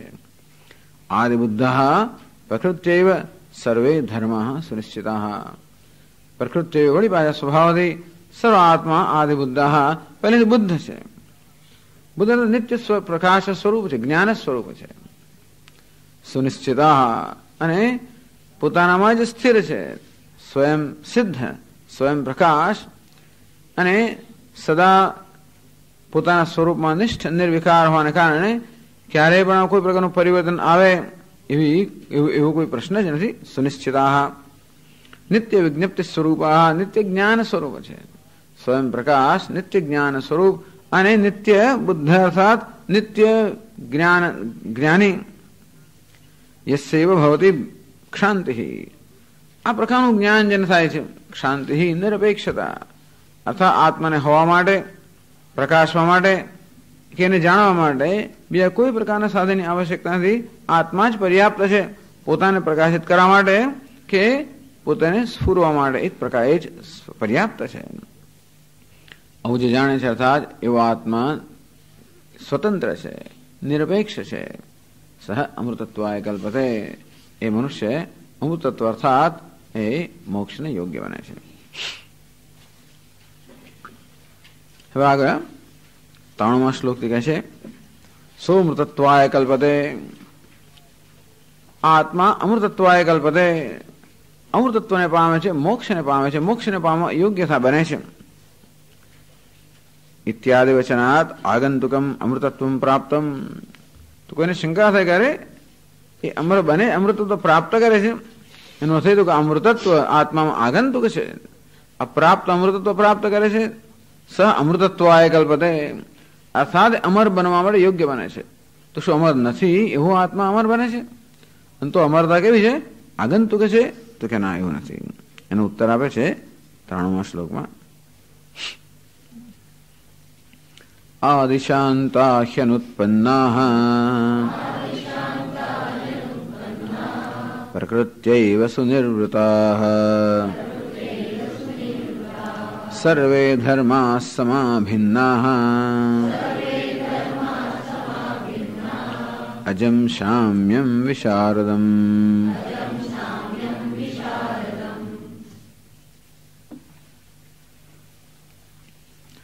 આદિ શાંત સ્વરૂપતઃ એવ શાંત. આદિ એટલે પહેલેથી, હંમેશા, કોઈ કારણ વગર. આદિ જે પહેલેથી હોય એનું જેથી જેનું કોઈ કારણ ન હોય એ સ્વરૂપથી જેવું હોય. આદિ શાંત સ્વરૂપતઃ શાંત. આત્મા સ્વરૂપથી શાંત છે, અર્થાત સર્વ અનર્થોથી મુક્ત છે. પ્રપંચોપશમમ, સર્વ પ્રપંચ અનર્થથી રહિત, હમે નિત્ય શાંત. અનુત્પન્ના, કારણ ક્યારે ઉત્પન્ન થયા નથી. અનાદિ અર્થાત સ્વભાવથી નિત્ય શાંત. પ્રકૃત્યૈવ સુનિર્વૃતાઃ અવિદ્યાદિ અખિલ અનર્થ શૂન્યાઃ. અને સુનિર્વૃતાઃ હંમેશા સ્વભાવથી ઉપરત, સારી રીતે, એટલે બધા જ સર્વ અખિલ અનર્થથી શૂન્ય. સ્વભાવથી શાંત અને સર્વ અનર્થથી શૂન્ય. સર્વે ધર્માઃ સમાઃ ભિન્નાઃ સમાઃ અભિન્નાઃ. સમ અર્થાત નિર્વિશેષ, અભિન્ન અર્થાત કોઈ પ્રકારના ભેદભાવથી રહિત. અજમ સામ્યમ વિશારદમ. એ આત્મતત્વ કેવું છે? અજમ જન્મ રહિત, સામ્યમ સમતારૂપ, નિર્વિશેષ, વિશારદમ વિશુદ્ધ છે. તો અજમ સામ્યમ વિશારદમ. ટૂંકમાં શાંતિ પણ પ્રાપ્ત કરવાની નથી કે મોક્ષ એ પણ કોઈ પ્રાપ્તવ્ય નથી, એ પણ નિત્ય સિદ્ધ છે આત્મામાં. બસ આ રીતે જાણવાનું કે મોક્ષ પણ નિત્ય સિદ્ધ છે, જ્ઞાન પણ નિત્ય સિદ્ધ છે, શાંતિ પણ નિત્ય સિદ્ધ છે. આ રીતે જ્યારે અર્થાત મુક્ત હોવા માટે, શાંત હોવા માટે કે જ્ઞાન સ્વરૂપ હોવા માટે આત્માને કોઈ પ્રકારની અપેક્ષા નથી. કાળની પણ અપેક્ષા નહીં કે પહેલા અશાંત હતો અને હવે શાંત બન્યો. જ્ઞાનની પણ અપેક્ષા નહીં કે પહેલા શાંત હતો, જ્ઞાન પ્રાપ્ત કર્યા પછી શાંત. કોઈ પ્રકારની અપેક્ષા નથી, કે નિરપેક્ષ. સમજાવે છે ભાષ્યકાર 286 પાના પર. જ્ઞેયતા આપી 287 પાના છે. તથા નાપી શાંતિ કર્તવ્યતા આત્મની ઇત્યાહ. પણ જ્યારે જ્યારે પોતાની રીતના અશાંત માની લેવામાં આવે, બદ્ધ માની લેવામાં આવે, અજ્ઞાની માની લેવામાં આવે, ત્યારે યાદ કરી શકે કે અશાંતિ એ આત્મામાં ક્યારે હોતી જ નથી. શાંતિ ક્યારે પ્રાપ્ત કરીને હોતી નથી. અશાંત એટલે એનો અર્થ એ થયો કે એ સિવાયનું સર્વ ભ્રમ. અશાંતિ એ ભ્રમ, અજ્ઞાન એ પણ ભ્રમ, બંધન એ પણ ભ્રમ. કેમ શાંતિ પણ પ્રાપ્ત કરવાની નથી સમજાવે છે. યસ્માદ આદિશાંત નિત્યમેવ શાંત અનુત્પન્ના અજાશ્ચ પ્રકૃત્યેવ સુનિર્વૃતા સુષ્ઠુ ઉપરત સ્વભાવઃ ઇત્યર્થઃ. યસ્માત કારણ કે આદિ શાંત નિત્યમેવ શાંત એ હંમેશા શાંત જ હોય છે. અર્થાત જ્યારે આત્માને અશાંત માનવામાં આવતો હોય ત્યારે પણ શાંત હોય છે. એનો અર્થ એવો થયો, જેને અશાંત માનવામાં આવે છે ત્યારે પણ નિત્ય શાંત છે, બદ્ધ માનવામાં આવે છે ત્યારે પણ નિત્ય મુક્ત છે. જેમ 10મા છોકરાને ખોવાઈ ગયેલો માનવામાં આવે છે ત્યારે પણ ક્યારેય ખોવાયેલો હોતો નથી. નિત્યમેવ શાંત પ્રાપ્ત નિરતશે આનંદાહ. નિર્દેશ જેની કોઈ સીમા નથી, નિસ્સીમ આનંદ જેને પ્રાપ્ત થયેલો છે, નિસ્સીમ આનંદ સ્વરૂપ છે. અનુત્પન્ના મળી અર્થાત અજાહ અનુત્પન્ન અજન્મા. સુનિર્વૃતા નિવૃત્ત એટલે આનંદ, પણ નિવૃત્તિ એટલે ઉપરથી પણ કર્યો. બધી નિવૃત્તિની પણ નિવૃત્તિ એટલે આનંદ. સુષ્ઠુ ઉપરત સ્વભાવ, તેનો સ્વભાવ સારી ઉપરત. ઉપર એટલે શાંત છે, સર્વથી સંખેલાયેલો છે. ઉપરત સર્વ રીતે શાંત છે. સર્વે એક પહેલી પંક્તિ સમજાવી. આદિ શાંતા હિ અનુત્પન્ના પ્રકૃત્યૈવ સુનિવૃતા સર્વે ધર્મા. એ કહે છે સમાભિન્ન. આગળ સમજાવે છે સર્વે ધર્મા સમાશ્ચ અભિન્નાશ્ચ સમાભિન્ના અજમ શામ્યમ વિશારદમ વિશુદ્ધમ આત્મતત્વમ યસ્માદ તસ્માદ શાંતિ મોક્ષો વા નાસ્તિ કર્તવ્યઃ ઇત્યર્થઃ. નહિ નિત્યૈક સ્વભાવસ્ય કૃતમ કિંચિદ અર્થવત સ્યાત. સર્વે ધર્માઃ સમાભિન્નાઃ સમાશ્ચ અભિન્નાશ્ચ સમાભિન્નાઃ. જે સમપણ છે, સમા એટલે નિસ્સામાન્ય વિશેષ, સામાન્યતા વિશેષતા એવા સર્વ પ્રકારના ખ્યાલથી રહિત. નિર્ધર્મકાઃ સર્વધર્મથી વર્જિત. અભિન્નાઃ નાનાત્વરહિતાઃ નાનાત્વ ભેદભાવથી રહિત. સમાશ્ચ અભિન્નાશ્ચ આત્માનો કોઈ ધર્મ જ નથી, સર્વધર્મથી રહિત. ધર્મ હોય પણ મર્યાદા. ધર્મ એટલે વિશેષતા, કોઈ પ્રકારની વિશેષતા મર્યાદા ઉત્પન્ન કરે. નિર્વિશેષ. અભિન્ન એટલે સર્વ ભેદભાવથી રહિત. અજમ શામ્યમ વિશારદમ. પાછું એ વળી એક વચન વાપરે. અજમ શામ્યમ વિશારદમ આત્મતત્વ. વિશારદમ વિશુદ્ધમ આત્મતત્વ. અજમ સામ્યમ વિશુદ્ધમ.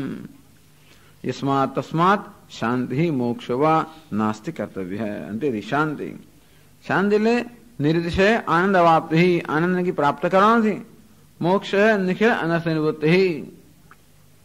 મુક્તિ અર્થાત સર્વ દુઃખમાંથી નિવૃત્તિ એવું પણ કરવાનું નથી.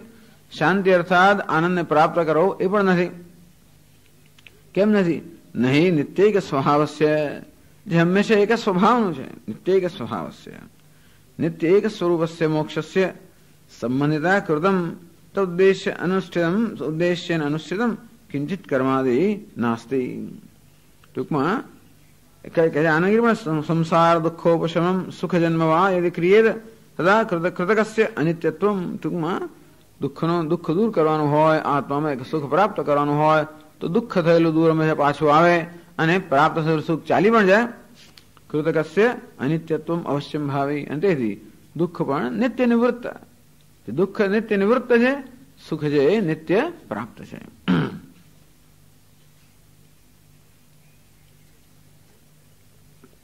એટલે કૃતમ કિંચિત ન અર્થવત સ્યાત.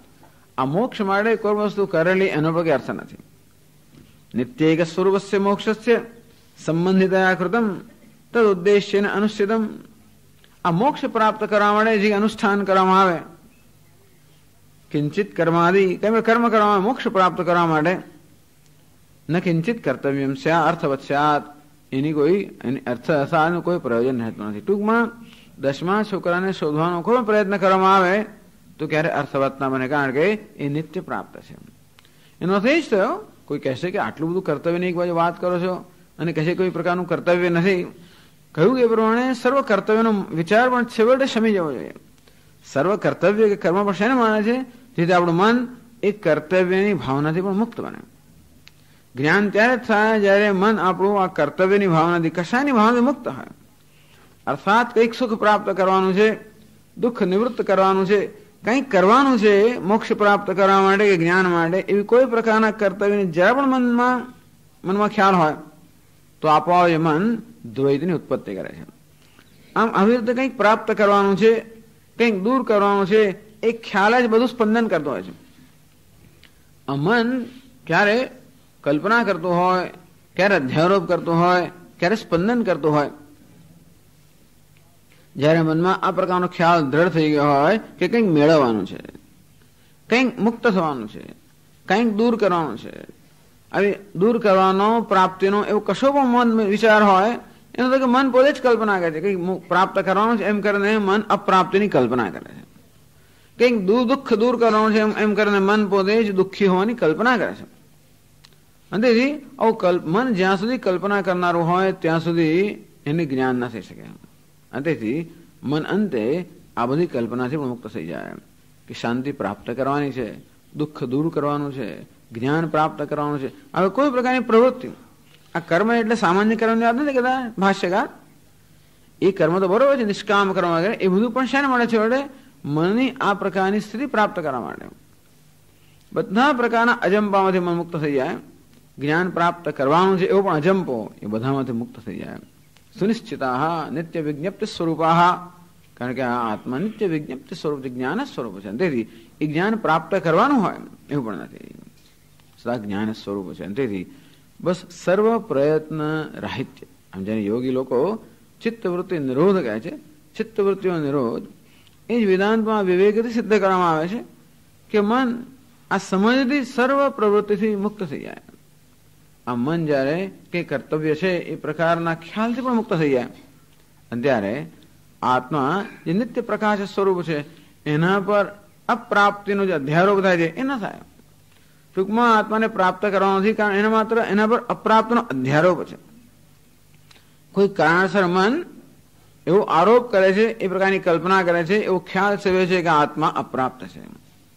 કોઈ કારણસર મન એવો ખ્યાલ સેવી રહ્યો છે કે આત્મા દુઃખી છે, દુઃખિત્વનો, અનિત્યતાનો, અપ્રાપ્તિનો અધ્યારોપ મન પોતે જ કરી રહ્યું છે, અને પોતે જ પ્રાપ્ત કરવાના માટેની પ્રવૃત્તિ કરે છે. અને તેથી મનમાં એટલે કહ્યું, એટલે એના માટે પણ કહ્યું કે શાંતિ યસ એવમ ભવતી શાંતિ. જ્યારે આ મન નિરપેક્ષ બની જાય, કોઈ પ્રકારની અપેક્ષાથી રહિત બની જાય. આત્મા નિરપેક્ષ હોવાને કારણે મન પણ સર્વ અપેક્ષાથી રહિત બની જાય. અપેક્ષા એટલે કે જ્ઞાન પ્રાપ્ત કરવાનો, મુક્ત બનો, એ પણ અપેક્ષાથી રહિત. સુનિશ્ચિતા આ પ્રકારનો નિશ્ચય જ્યારે મનમાં થઈ જાય કે કંઈ જ કરવાનું નથી, વસ્તુ જેવી છે એવી જ પૂર્ણ છે, આ પ્રકારનો નિશ્ચય સુનિશ્ચિતા અમૃતત્વાય કલ્પતે. આ પ્રકારનો નિશ્ચય જેનાનો જન્મ્યો છે એ જ અમૃતત્વની પ્રાપ્તિ માટે યોગ્ય છે. એટલે જ કહ્યું નિત્ય એક સ્વભાવસ્ય નહીં કૃતમ કિંચિત અર્થવસ્યાત. કઈ પ્રકારનું કર્મ, આમ જ્ઞાન પ્રાપ્તિનું પણ કર્મ, આત્માને જાણવાનો પ્રયત્ન સુદ્ધા એ પણ અર્થવત ના થાય. 10મા છોકરાને પ્રાપ્ત કરવાના પ્રયત્નમાં 10મા છોકરાનો ખરેખર એનાથી વંચિત રહી જતા હોય છે. અંતે આત્માને જાણવાનો પણ પ્રયત્ન, એ પ્રકારનું કર્મ, એ પ્રકારનો સૂક્ષ્મ પ્રયત્ન પણ જયારે કરતું મન બંધ થઈ જાય ત્યારે આત્મા તો નિત્ય સિદ્ધ છે. એ નિત્ય સિદ્ધ આત્મા જ ત્યારે એ આપોઆપ જ સ્વયં જ્ઞાનનો વિષય બને છે. એ પણ કહેવામાં આવ્યું કે સ્વયં ભવતી, અને સ્વયં સર્વજ્ઞતા સ્વયં ભવતી. આ સર્વજ્ઞતા અર્થાત આ જ્ઞાન સ્વયં ઉત્પન્ન થાય છે, સ્વયં જન્મે છે.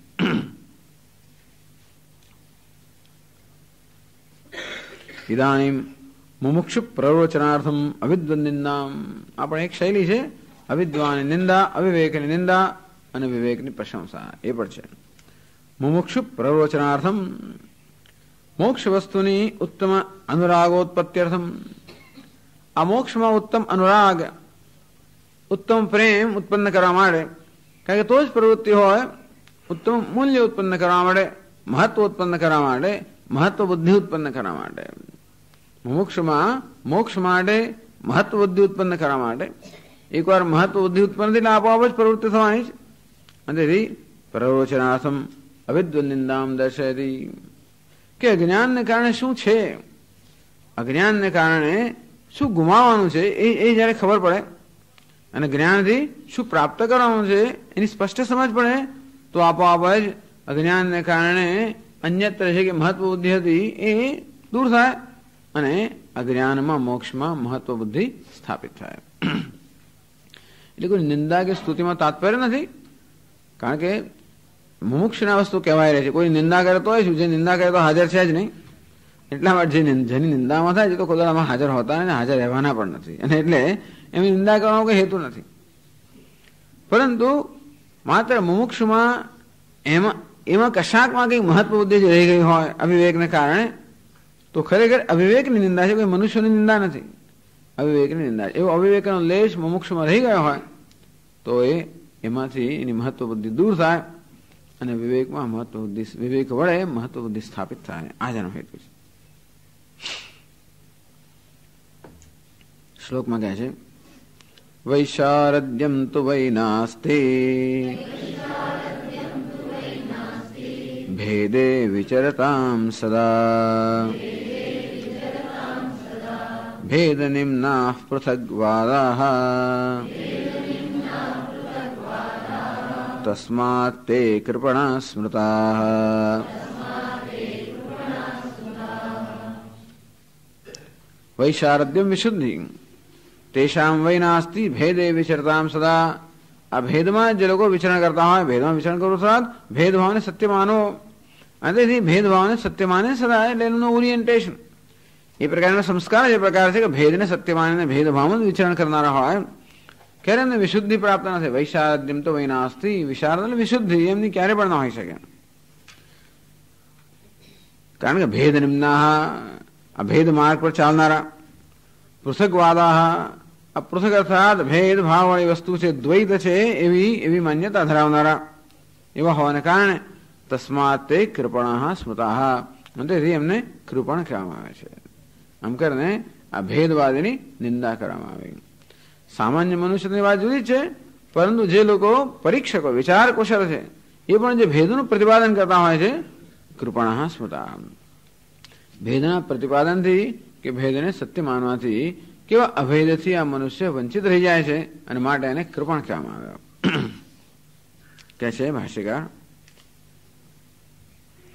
યે યથોક્તમ પરમાર્થ તત્વમ પ્રતિપન્નાઃ તે એવ અકૃપણાઃ લોકે કૃપણાઃ એવ અન્યે ઇત્યાહ. ये यथोक्तम परमार्थ तत्व प्रतिपन्ना ज्ञातवंत है. आ यथोक्त क्यों આદિશાંતઃ એટલે સમજમ, સામ્યમ સામ્યમ વિશારદમ, આ પ્રકારનું જે આ પરમાર્થ તત્વ છે એનું જેને જ્ઞાન છે તે એવ અકૃપણા, એ લોકો જ અદુઃખીના. કૃપણ એટલે દુઃખી, એને જ કૃપણ કહેવાય છે, દુઃખી વગર મફતનું દુઃખી છે. જે નિર્ધન છે દુઃખી વગર સમજી શકાય, પણ ધનવાન હોય એ પણ દુઃખી ક્યારે હોય? કૃપણ હોય ત્યારે. એટલે ધનવાન હોય પણ પોતાની જાતને દુઃખી માનતો હોય, અને તેથી કૃપણ એને કહેવાય જે ધનવાન પર નિર્ધનતાનો અધ્યારોપ કરે છે. વાસ્તવમાં જે ધનવાન છે અને છતાં પણ પોતાની જાત પર નિર્ધનતાનો, દરિદ્રતાનો અધ્યારોપ કરીને એ દરિદ્રતાથી પીડાય છે. ટૂંકમાં કૃપણ એને કહેવાય જે કોઈ કારણ વગર દુઃખી થાય છે. જેની પાસે ન હોય ધન, એ નિર્ધનતાથી પીડાતો સમજી શકાયું છે, પણ જે ધનવાન હોય અને છતાં પણ પીડાતો હોય કારણ કે પોતાની જાતને નિર્ધન માને છે, એને કૃપણ કહેવાય. એટલે કૃપણતા એ દુઃખીતા જે છે એ માત્ર અધ્યારોપમાંથી કે કલ્પનામાંથી જન્મેલી છે, એટલે કૃપણ શબ્દ વાપરે છે. અને જે પોતાને ધનવાન છે અને ધનવાન માને છે, ધનવાન નથી ધનવાન માને એ પણ બીજો અધ્યારોપ છે. પછી ધનવાન છે અને પોતાને ધનવાન જાણે છે એ અકૃપણ છે.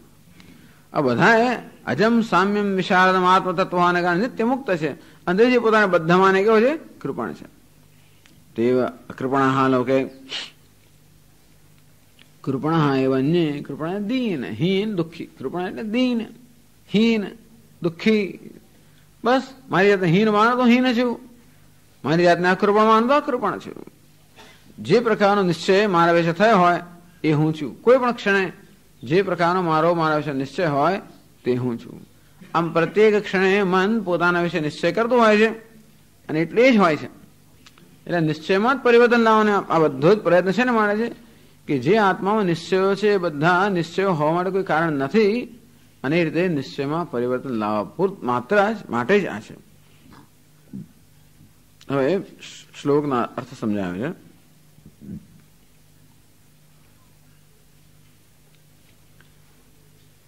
ઉત્તરાર્ધમ આદો યોજયતી, બીજી પંક્તિ પહેલા સમજાવે છે. આવું સામાન્ય ન કરવું જોઈએ. સામાન્ય રીતે અક્ષરની યોજના હોય એ પ્રમાણે સમજાવવું જોઈએ. ક્યારેક જ ટીકાકારો, ભાષ્યકારો આવી જાતની છૂટ લેતા હોય છે, જેને લાગે કે એવું લેવા માટે સબળ કારણ છે. જરા તારા કારણ હોય તો નહીં, તો એ એક્સરસાઇઝ મનોયત્ન આપણા પર છોડે છે. પણ જ્યારે એમ લાગે નહીં એમ કરવાની આવશ્યકતા છે, તો જ એ શ્લોકના શબ્દનો જ્યારે અર્થ આપે તેનો ક્રમ બદલવાની છૂટ ત્યારે જ લે, નહીં તો ના લે. અહીં ઉત્તરાર્ધમ આદો યોજયતી, અહીં ઉત્તરાર્ધ એટલે કે બીજી પંક્તિ છે એની પહેલા યોજના કરે છે, પહેલા સમજાવે છે. કારણ કે બીજી પંક્તિ હેતુ આપે છે પહેલી પંક્તિ માટે.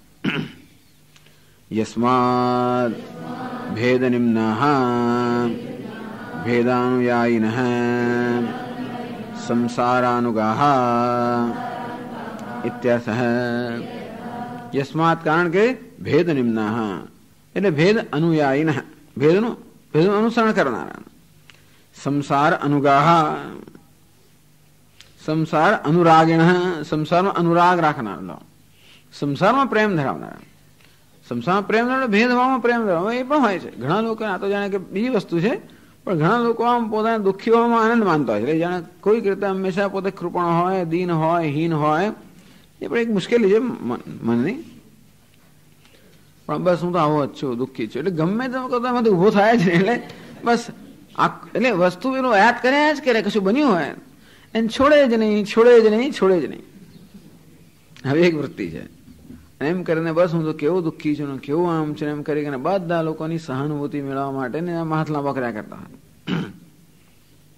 અને તેથી એને સ્વપ્નમ, ભયમ, શોકમ, વિષાદમ, મદમ, મોહમ આ બધું ના છોડે. આ પ્રકારની જે ધૃતિ એને તામસી ધૃતિ કહેવામાં આવે છે. યયા સ્વપ્નમ, ભયમ, શોકમ, વિષાદમ, મોહમેવ છે ન વિમુંચતી દુર્ધમેધઃ. છોડે જ નહીં. ન હું તો દુઃખી જ છું, ન હું તો આવો જ છું. આ રીતે સંસાર અનુરાગ, કોઈ કારણસર સંસારમાં જ અનુરાગ ધરાવનારા. જો કે એવા સંસાર અનુરાગ ધરાવનારા તો પાછા એ પણ ખરા કે સંસારને સત્ય માનનારા, અને તેથી આ બધામાં અનુરાગ ધરાવનારા. ઘણા લોકો દુઃખમાં કે સંઘર્ષમાં બધા અનુરાગ ધરાવનારા હોય છે. ઘણા લોકો જાણી જોઈને પેટ ચોળીને શુળ ઊભું કરનારા હોય છે. સંસાર અનુરાગ ઇત્યર્થ. કોણ છે આવા? કે પૃથગ્વાદાહ પૃથક નાના વસ્તુ અસ્તિ એવ ઇતિ એવં વદનમ યેષામ તે પૃથગ્વાદાહ દ્વૈતિનઃ ઇત્યર્થઃ. પૃથગ્વાદાહ, પૃથક વસ્તુ છે વાદ કરનારા. પૃથક એટલે કે નાના વસ્તુ ઇત્યેવમ, તો આવું નાના અનેકતા છે, ભેદભાવ છે. સત્યમ પૃથક વસ્તુ સત્યમ અસ્તિ. ચાલો, પૃથક એટલે કે ભેદભાવનું પ્રતિસાયક વસ્તુ છે, પણ ભેદભાવ સત્ય છે. ભેદભાવ સત્ય એટલે હું દુઃખી છું, એનો અર્થ એવો જ થાય. ભેદભાવ સત્ય હોય એટલે હું દુઃખી છું. હું કેવો છું? એક અટુલો છું, આઇસોલેટેડ. એ પેલું હું ના હોઉં એટલે એ છે અને હું છું એમ કરે ને માણસ પોતાની જાતને આઇસોલેટ કરતો હોય છે. બધા એવા આઇસોલેટેડ એટલે અટુલા છે, એકલા ને અટુલા. પછી વળી પાસે વધારે પ્રકારનું એકલતા ઉભી કરવી એ જુદી વસ્તુ છે. પછી વ્યવહારની અંદર પણ પોતાની જાતને બીજા કરતા કંઈક ભિન્ન માનીને પોતાની જાતને એકલા બનાવી દેવાની એ પદ્ધતિ છે. પણ એમ એ સિવાય લોકો અંદર તો એકલા જ હોય છે. ભલે વ્યવહારની અંદર બધું આપણે વ્યવસ્થા હોય, પરંતુ છેવટ તો જયારે હું મારી જાતને બીજાથી ભિન્ન માનું એટલે હું એકલો જ છું. એટલે ટૂંકમાં જગતને સત્ય માનો, ભેદભાવને સત્ય માનો, એટલે કે આત્માને અલ્પ માનો, આત્માને કૃપણ માનો.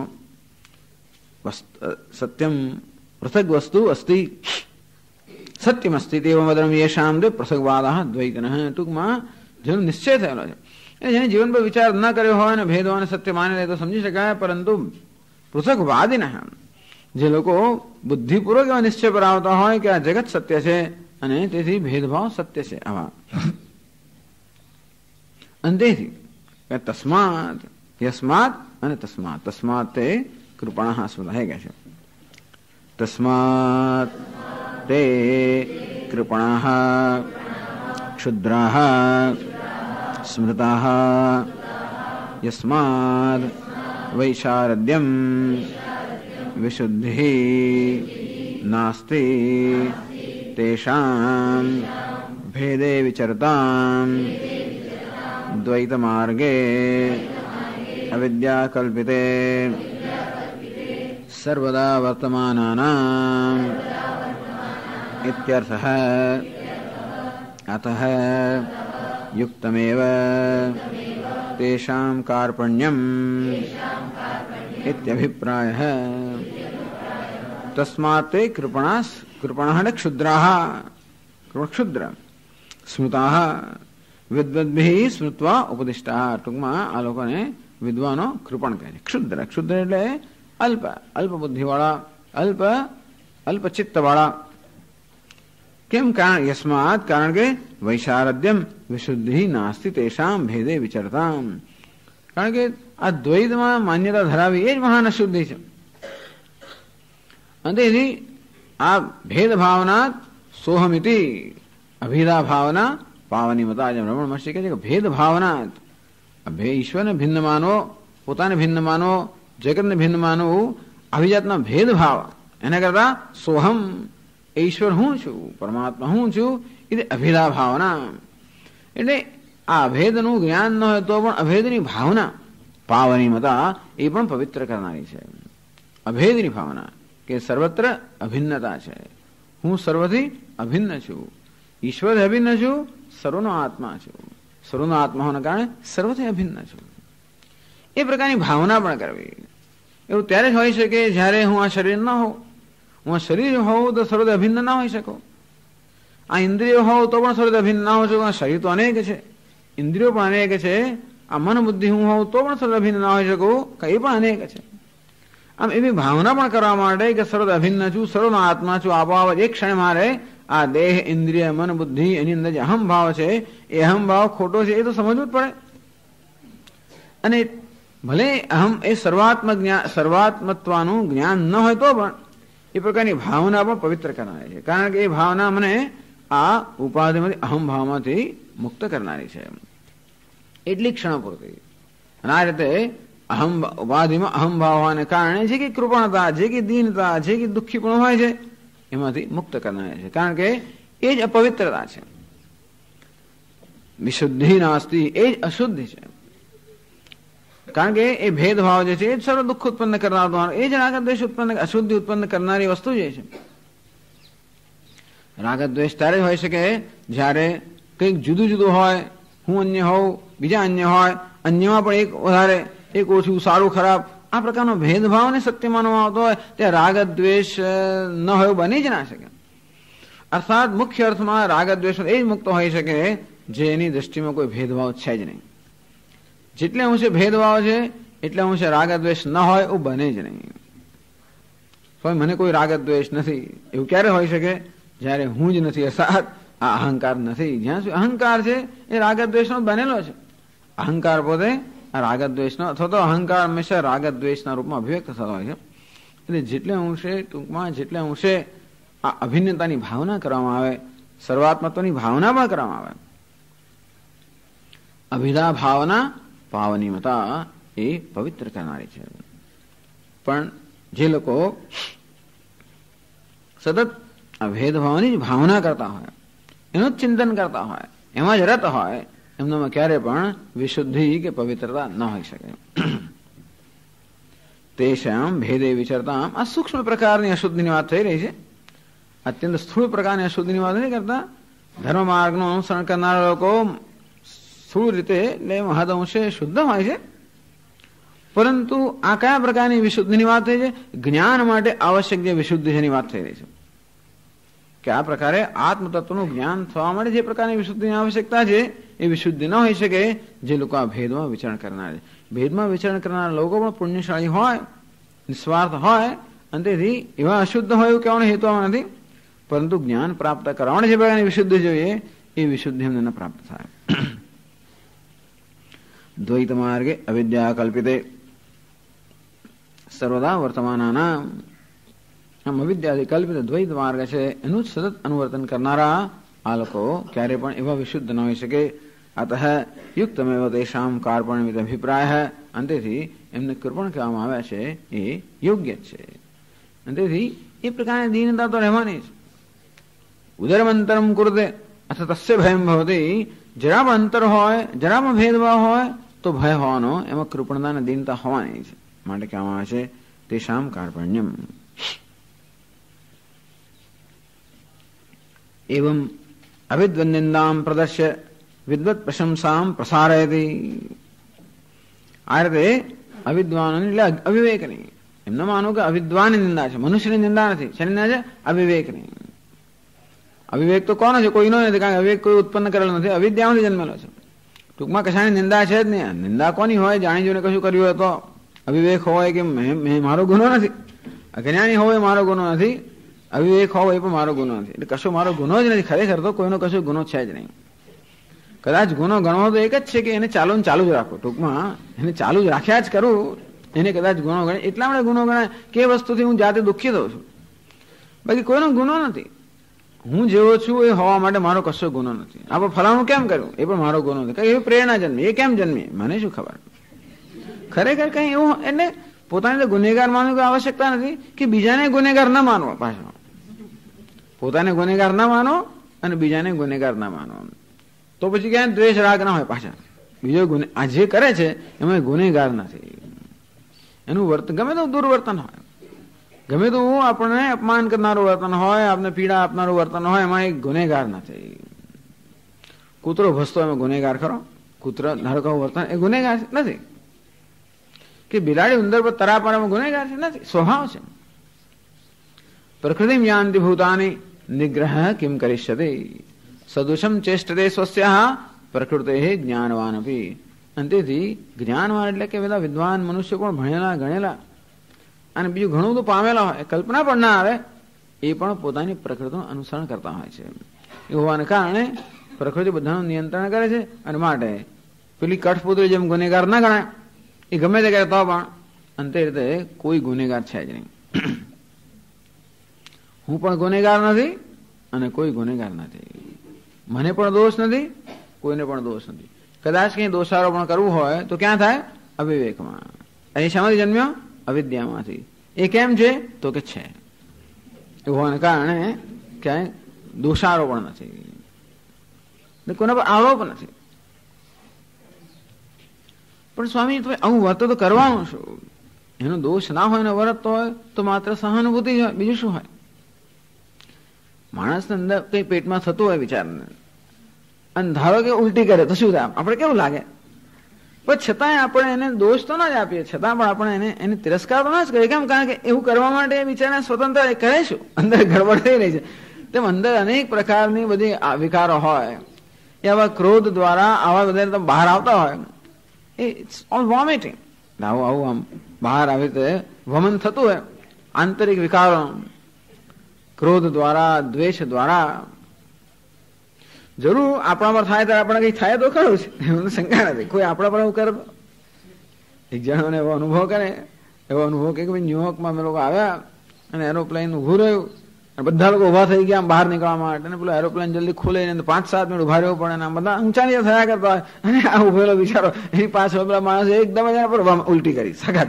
કારણ કે આ એરોપ્લેનમાં આટલા કલાક મુસાફરી કરીને થયા જ કઈ બીજો રોકવાનો પ્રયત્ન કરતો હોય, રોકાયું જ નહીં. આના પણ આવ્યું હતું. એ કે હું શું કરું?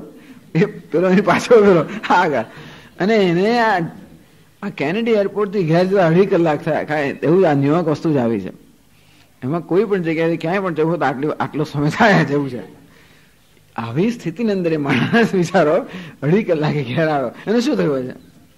એટલે વાત તો સાચી છે કે કોઈ આપણા પર આ પ્રકારના વિકારોનું વમન કરે એટલે આપણા પર અસર થાય, એટલે આપણને એનું એ થાય એની ના નથી કહેતા આપણે.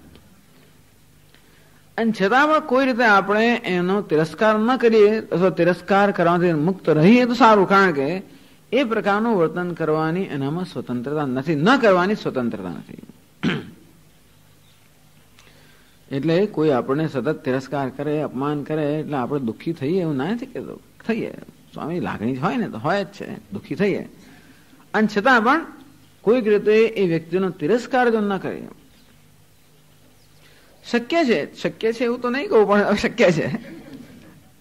એવું આવું જયારે કહેવામાં આવે વળી પાછું પોતાની જાત માટે વળી હીન ભાવ ઉત્પન્ન થાય. પણ શક્ય છે કે ક્યાં તો મારા વર્તન, ક્યાં તો જે પ્રકારની અંદર હું લાગણી જાળવું છું એવું પણ બહાર વર્તન ના કરું, પણ અંદરથી બીજા માણસ માટે જે પ્રકારનો અભિપ્રાય હું ધરાવું છું એ અભિપ્રાય પેલા માણસને કશું કરવા પ્રેરતો હોય. શું ખબર પડે? ટૂંકમાં ઘણી વાર આપણે વસ્તુઓને નિમંત્રિત કરતા હોઈએ છીએ. એવું ના પણ હોય એટલે એવું માનવાની જરૂર નથી, પણ એ તપાસવાની જરૂર છે કે છે તો નહીં ને, હું કશું કરતો નથી કરતો, પણ અંદરથી હું શું વિચારું છું. શક્ય છે કે એ વસ્તુ પણ કોઈ રીતે પેલાને પ્રતિબિંબિત કરતી હોય. આ સૂક્ષ્મ વસ્તુની વાત છે. પણ એટલે આ રીતે પોતાના મનની જે વૃત્તિઓ છે ને એને પણ એનાથી પણ આપણે અત્યંત સભાન બનવું જોઈએ, અને એનું પણ સૂક્ષ્મ નિરીક્ષણ થવું જોઈએ. તો ભલે બીજું કશું ના થાય તો એવું નથી કે વળી પાછું એમ કરીને પોતાનો દોષ આપો, એને માટે હું ગુનેગાર નથી, પણ આવું છે ખરું. એટલે કે પોતાનામાં આ પ્રકારની કે વૃત્તિ હોય તો પોતાની જાતને ગુનેગાર ગણ્યા વગર કે પોતાને દોષ આપ્યા વગર કે વળી પાછું હીન ભાવ ધારણ કર્યા વગર એ વૃત્તિને સમજીને એમાંથી એનું નિવારણ થઈ શકે. એટલા માટે ક્યાંય પણ આત્મ તિરસ્કાર કે દોષારોપણથી મુક્ત રહેવું એ સારું છે, નથી રહેવાતું, પણ એનાથી મુક્ત રહેવું જોઈએ.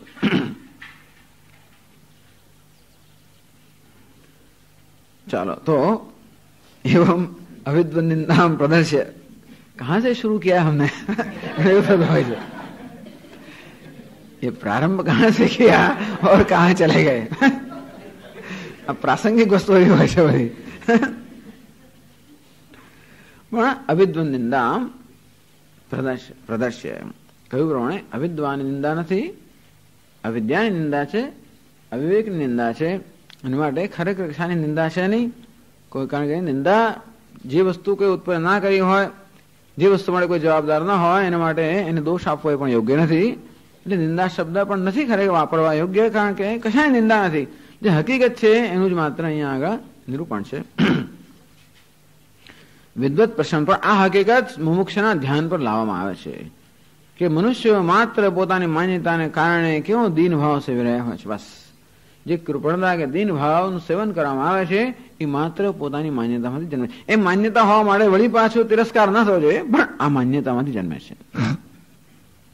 એની પ્રદર્શન જેથી મુમુક્ષુ આ પ્રકારની પોતાની અનન્ય વિશેની માન્યતાઓથી મુક્ત થાય. વિદ્વત પ્રશંસા પ્રસારાય અને વિદ્વાનની પ્રશંસા, વિવેકની પ્રશંસા, જેથી વિવેક માટે મૂલ્ય ઉત્પન્ન થાય અવિવેક માટે ધીમે ધીમે આપણે એમાંથી મુક્ત થવાની તીવ્ર ઈચ્છા જન્મે.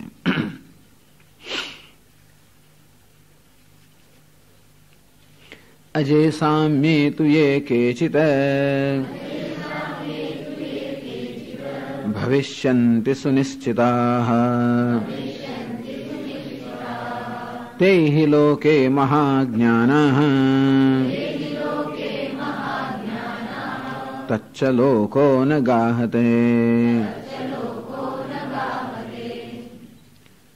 અજય સામ્ય તુ યે કેચિત, યે કેચિત આ દૌર્લભ્ય બતાવે છે જ્ઞાનનું. કોઈક એવા હોય જો કૂટસ્થે વસ્તુની નિર્વિશેષેષામ અસંભાવના વિપરીત ભાવના વિરહી નિર્ધારણ રૂપમ વિજ્ઞાનમ સંભાવનોપનીતમસ્તિ સુનિશ્ચિતા તેહિ વ્યવહારભૂમો મહતિ નિર્દેશે તત્વે પરિજ્ઞાનવત્વાત મહાનુભાવાઃ ભવન્તિ ઇત્યર્થ. મહાજ્ઞાનાઃ મહાનુભાવા, મહાનુભાવો કોણ છે? યે કેચિત અજે સામ્ય કૂટસ્થે નિર્વિશેષે, અજય એટલે કૂટસ્થે જન્મરહિત નિર્વિકાર, સામ્ય નિર્વિશેષ સર્વવિશેષથી રહિત વસ્તુ તત્વ જે છે એ શામ સુનિશ્ચિતા, જે લોકોનો નિશ્ચય જન્મ્યો છે. એટલે શું? આ તત્વમાં આ તત્વ આવું જે છે, આ તત્વ હું છું, આ પ્રકારનો નિશ્ચય જન્મ્યો. નિશ્ચય કોને કહેવાય? અસંભાવના વિપરીત ભાવના વિરહી નિર્ધારણ રૂપમ વિજ્ઞાનમ. તો જેમાં કોઈ અસંભાવના નથી, હોય કેમ? અને હું હોઉં, હું અજમ સામ્ય એવું હોઈ શકું? અસંભાવના. આમ તો સામાન્ય રીતે હું બ્રહ્મ હોઉં, હું વિશુદ્ધ છું, હું અકૃપણ છું, મહાનુભાવ છું. આવી જાતની અસંભાવના પોતાના લાગે પહેલા, કારણ કે પોતાને કૃપણ માનતો હોવાને કારણે હું મહાનુભાવ છું. આ પ્રકારની સંભાવના પણ સ્થાપિત નથી. અસંભાવના, સંશય ભાવના, વિપરીત ભાવના. અસંભાવના એટલે આવરણ. સંશય ભાવના, વિપરીત ભાવના, આવરણ, સંશય અને વિપર્ય. આજે જે પ્રતિબંધકો છે એ સર્વ પ્રતિબંધકોથી રહિત વિરહી નિર્ધારણ રૂપમ વિજ્ઞાનમ. આત્મતત્વ છે નિર્ધારણમ. અજોહમ સામ્યોહમ આદિશુદ્ધોહમ આદિબુદ્ધોહમ આદિશાંતોહમ. આદિ એટલે નિત્ય, નિત્ય શુદ્ધોહમ નિત્ય બુદ્ધોહમ નિત્ય શાંતોહમ. આમાં જેનું નિર્ધારણ થયેલું છે. અર્થાત આ પ્રકારના જ્ઞાનમાં કે નિશ્ચયમાં અસંભાવના, સંશય ભાવના, વિપરીત ભાવના એવો કોઈ પણ પ્રતિબંધક રહ્યો નથી. સંભાવનોપનીતમસ્તિ.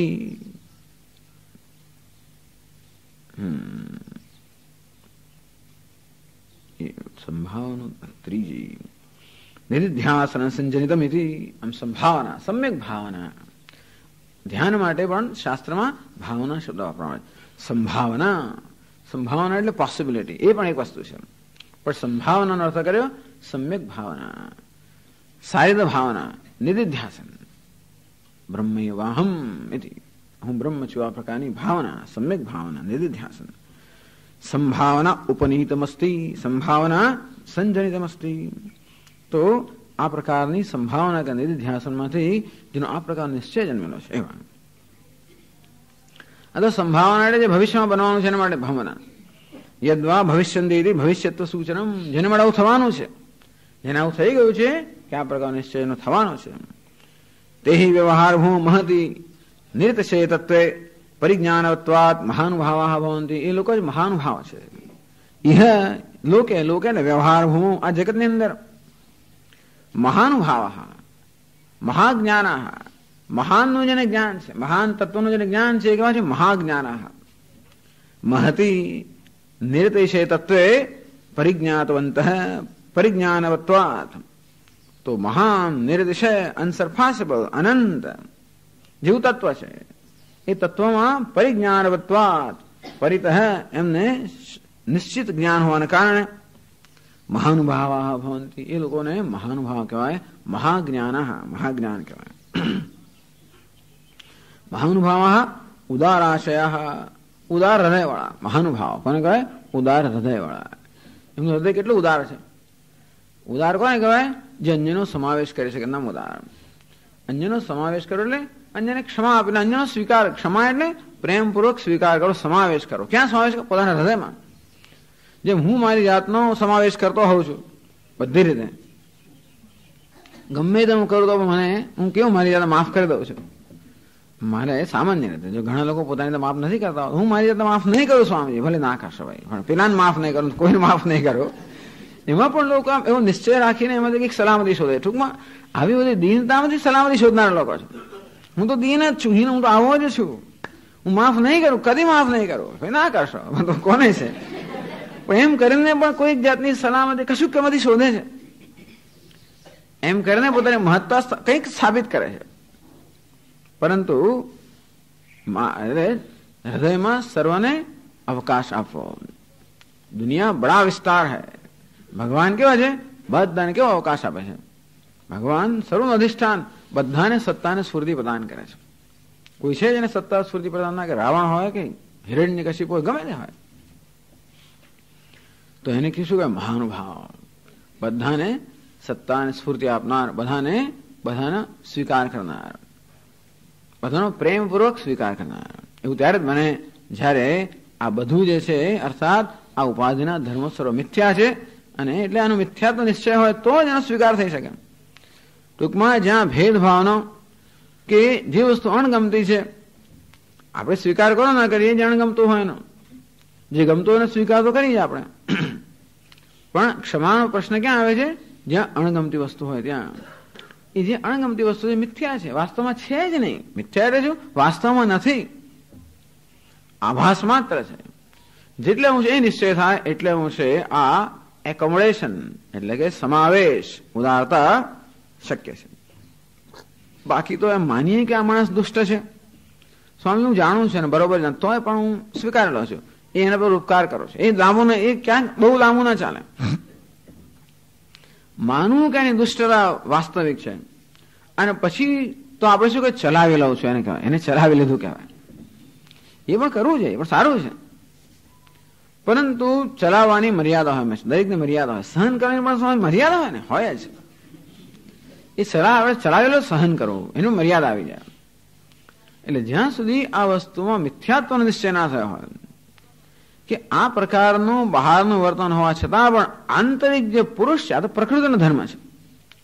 પુરુષ કેવો છે, નિત્ય શુદ્ધ બુદ્ધ એવો છે, નિત્ય પ્રેમ સ્વરૂપ આનંદ સ્વરૂપ એવો એ પુરુષ છે.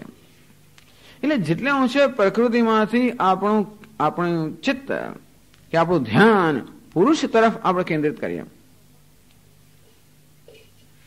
See the person behind the personality. આ વ્યક્તિત્વની પાછળ જે વ્યક્તિ છે કે પ્રકૃતિની પાછળ પુરુષ છે, પુરુષ એટલે આત્મા ચૈતન્ય.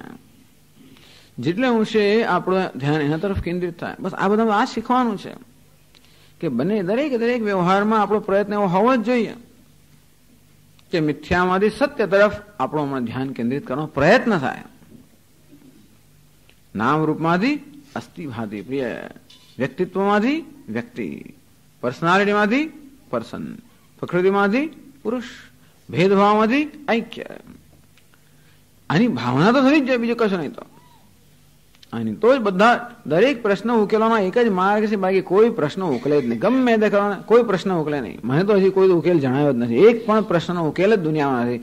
જ્યાં સુધી માણસ until a person grows, જ્યાં સુધી માણસમાં આ પ્રકારની એકોમોડેશન એટલે કે શાંતિ, આ પ્રકારની ઉદારતા ન આવે ત્યાં સુધી કશું ઉકેલે જ નહીં.